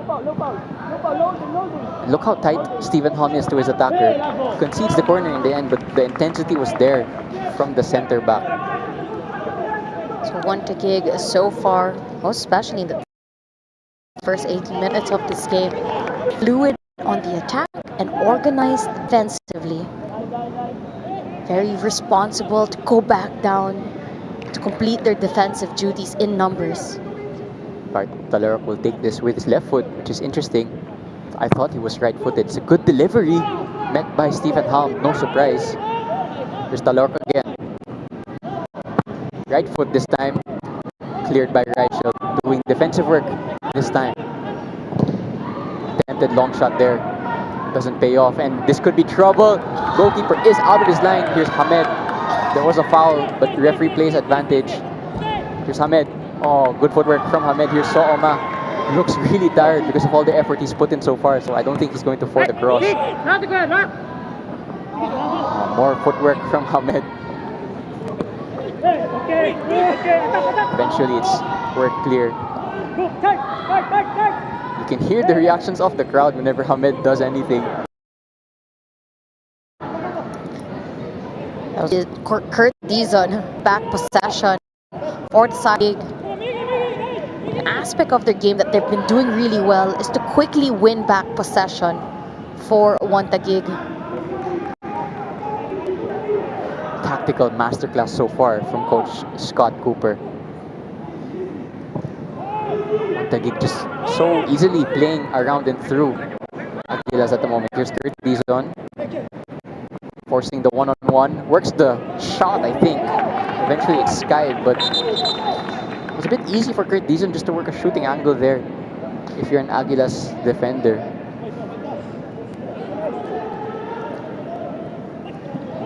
As we talked about Aguilas UMAK FC, they're a team that play very direct, very quick in transition.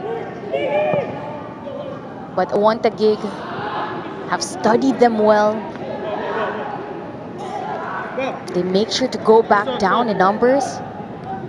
And defensively, the players in the back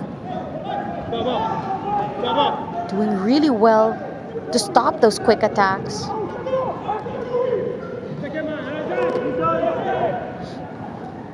Again, you might forget that Taguig are just a 3-year-old club, and that's because of the way they've established themselves in the PFL in their first season in the 2024 transition year. They finished 5th. Oh, that's trouble from Hancock. Here's Hamed. Hiraishi, no offside. Hiraishi saved by Shiraoka. But if you're Aguilas UMAK FC, that all came from your build-up. That was world-class goalkeeping from Shiraoka. Point-blank save, comes out big, makes sure the deficit is still small. Gets a foot to it. By the way, out of your screen, there was Patrick Reichelt shouting something to the Aguilas bench. I think that's why he picks up a yellow card. Not too sure what happened there. I saw him talking to the Aguilas bench. So clearly he said something. It will be Hamed with the corner.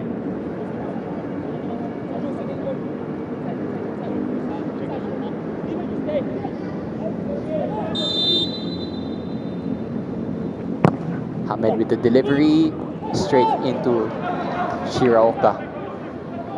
And look at this, Taguig players sprinting back, and the intensity is still there. And they've now settled into that compact shape, so the window of opportunity for the counter is gone. And look at that. Drop of the shoulder from center back Stephen Holm. Reichelt loses possession. Ball in behind. No offside flag. Oh, there is one eventually. So nothing from that play would have counted. And if you are the coach of Taguig, be very happy with how your players are performing on the pitch, most especially in their small pockets of responsibility. So every player in their small pocket, whether it's their 1v1s, have been doing really well, win possession and to create chances for the side of Taguig. Ball in behind here for Aguilas UMAK. But it's really just uphill battle for all their strikers because they're outnumbered. Numbers, strength in numbers, as they say. And as I was saying, Taguig in their third PFL season, you do say that so far in these opening two matches, they've made a really good start. And here's Patrick Reichelt up against his defender. Reichelt might have overrun it in the end and commits the foul, but the referee will play advantage. Here's Amita. Malik Javier up against Custodio. Again, Taguig running back in numbers. Patrick Reichelt out of the screen having cramps. Cross is worked in. It's met by Stephen Hum. Stephen Hum has been doing that all night. You do say if they do get a clean sheet, he will play a massive part in that. From your defenders, that is one of his strengths. His heading capacity, the defensive headers, to either send it long and out or push it further away from the goal frame.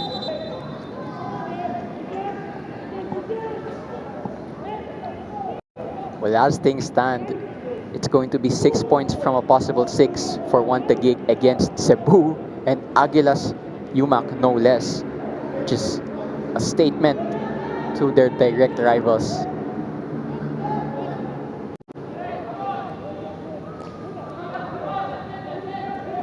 You think the teams like Kaya FC, Iloilo, who barely got out of a match against Aguilas UMAK FC and Taguig at the moment, making it look so easy. And so far in this league, it's Kaya and looking like Taguig who have had the perfect starts. I will make my all too early and immature title race prediction that Taguig will definitely be in the mix for that. But teams definitely build on momentum, so Taguig in the right track.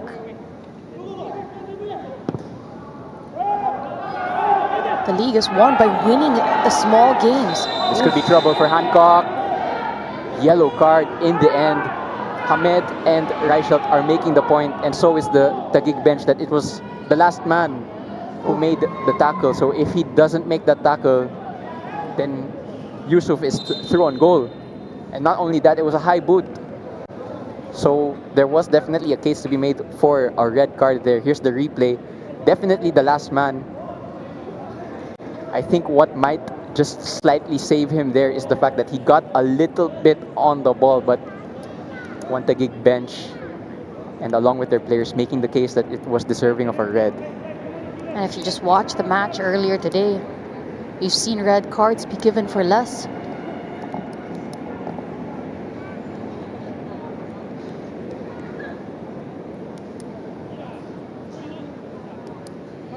By the way, Reichelt is exchanging words with the fourth official. I think it was about that earlier conversation he had with the Aguilas bench. So I'm not too sure what was said for Reichelt to be this incensed. Again, it did get him that yellow card. Stephen Halm also talking to the Aguilas bench. I wonder what was said between the two sides there. Reichelt now with the captain's armband. definitely a player with so much experience under his belt. And bringing it here for Taguig. So you all know he has played for Ceres Negros for quite a number of years, 2014 to 2019, especially during their golden days, for making his way to Thailand and Malaysia.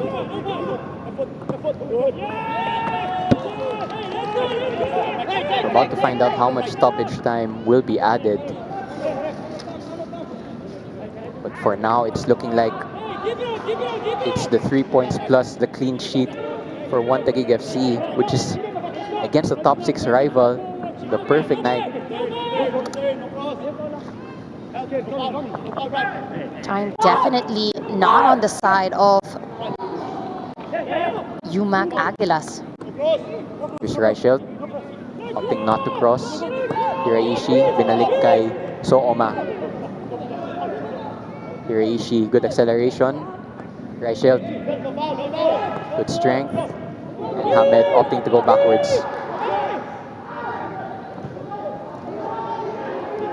And I think Kupic will just clear this one. Not the best clearance. Aguilas unable to build anything. I think that's been the story of their night. Minutes of additional time. Minimum of 4 minutes of additional time.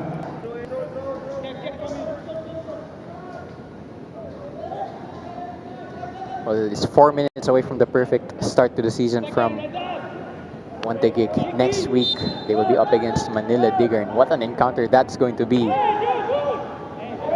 We'll definitely be discussing that in our midweek football show. So do tune in to the Minsan Football Show this Wednesday, where we talk all things PFL. Those of you who have been tuning into the live streams early on might have already seen clips from that show being played.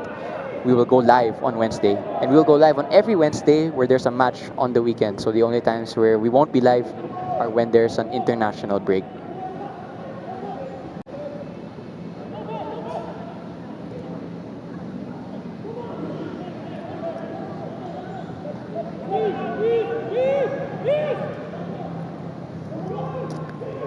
Stephen Hom, I think Reichel has been playing as a left back for the past 10 minutes because of his fatigue.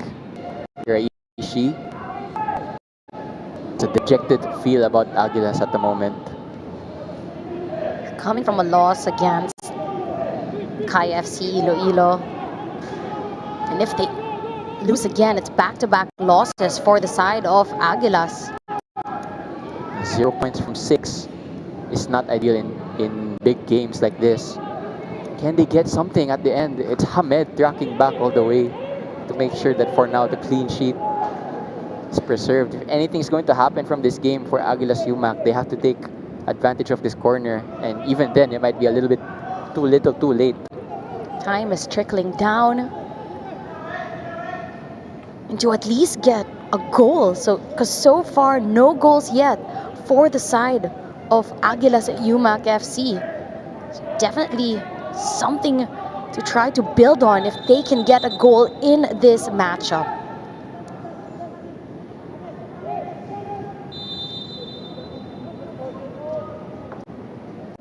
Ball will be sent in via an outswinger met by Taguig head, so they survive this set piece. 2 minutes to go now till the full-time whistle. Taguig have remained compact the whole match.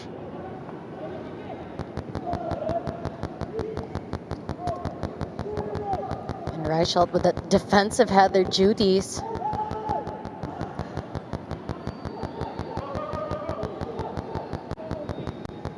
Close to just a minute away from getting another win under their belt.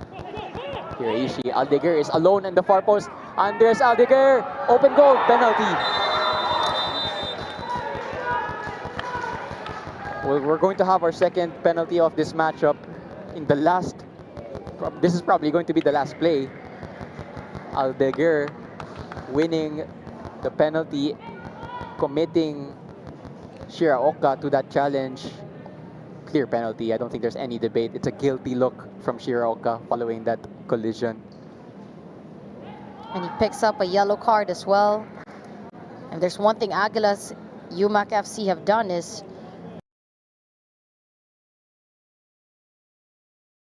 racked up the yellow cards for their team. I wonder who's... It's around 7 or 8 already for the side of Aguilas. That is a lot for one game, I must say. It's going to be Patrick Reichelt, so he might end this day with that as a contender for sure. Assist ready to his name. He gave that pass to Aguiamang in the first half, which was a goal. And he's going to have a penalty here. We saw in the first half, in the same penalty spot, Amita missed his panenka. If Reichelt were cheeky enough, maybe he'd go for his own panenka. But I don't know. Either way, it's going to be him taking the spot kick, the captain at the moment for Taguig. And whatever the case happens here, it was the perfect performance from Taguig in general. And this will most probably be the last play for this match. So Taguig already securing the win. Can they make it even sweeter? Patrick Reichelt. Oh, and he made that so easy, slotting it into the corner, sending the goalkeeper the wrong way, and it's a perfect night out for Taguig FC. Reichelt with another goal in the PFL. So 2 games, 2 goals for Patrick Reichelt. A wonderful signing for Taguig. Just putting that cherry on top of a fantastic performance in this matchup against Aguilas UMAK FC. Look at that stutter step. I think that stutter step just committed the goalkeeper, and he slots it the other way. Again, this penalty might have been a little bit of a non-bearing penalty in terms of the actual result, but who cares? It's a goal for Patrick Reichelt. And for the second week in a row, he gets on the score sheet. And that might be that for this game. So for Reichelt, an assist and a goal to his name in this matchup. Well, he was named man of the match last week. It's definitely a contender again. But a lot of outstanding performances so far in this match for the players of Taguig. Yeah, I was going to say just that. There, one of them, Stephen Halm, definitely another contender.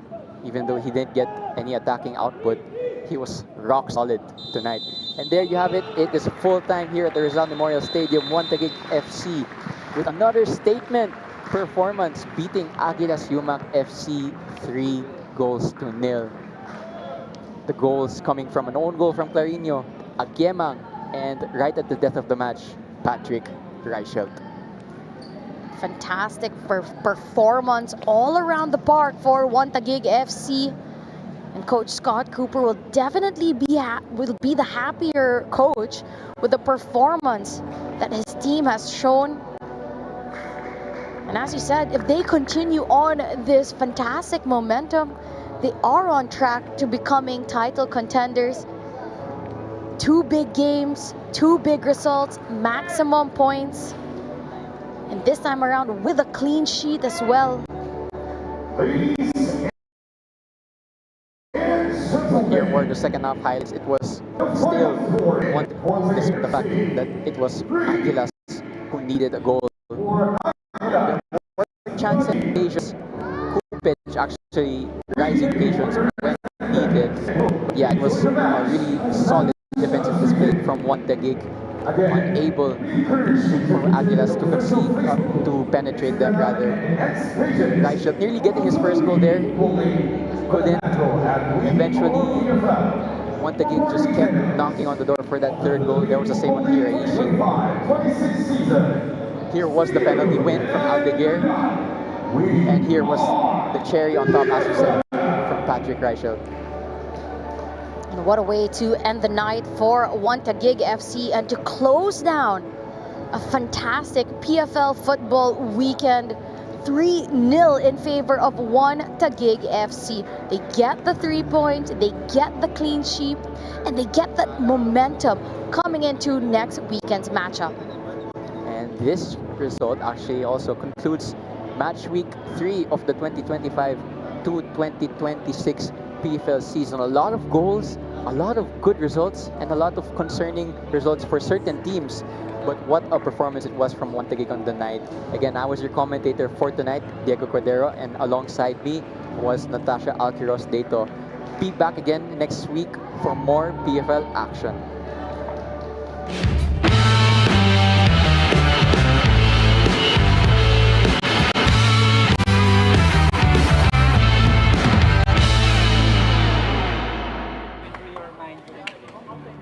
Okay,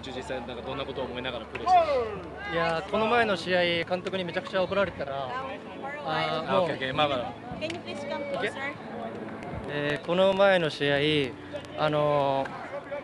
怒られたんで、ちょっともう次ないぐらいの気持ちでやりました。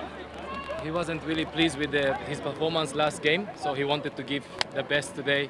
And then coach was not happy with his performance as well, so he had a pressure on this game today, but he is happy that he get 3 points and a good performance.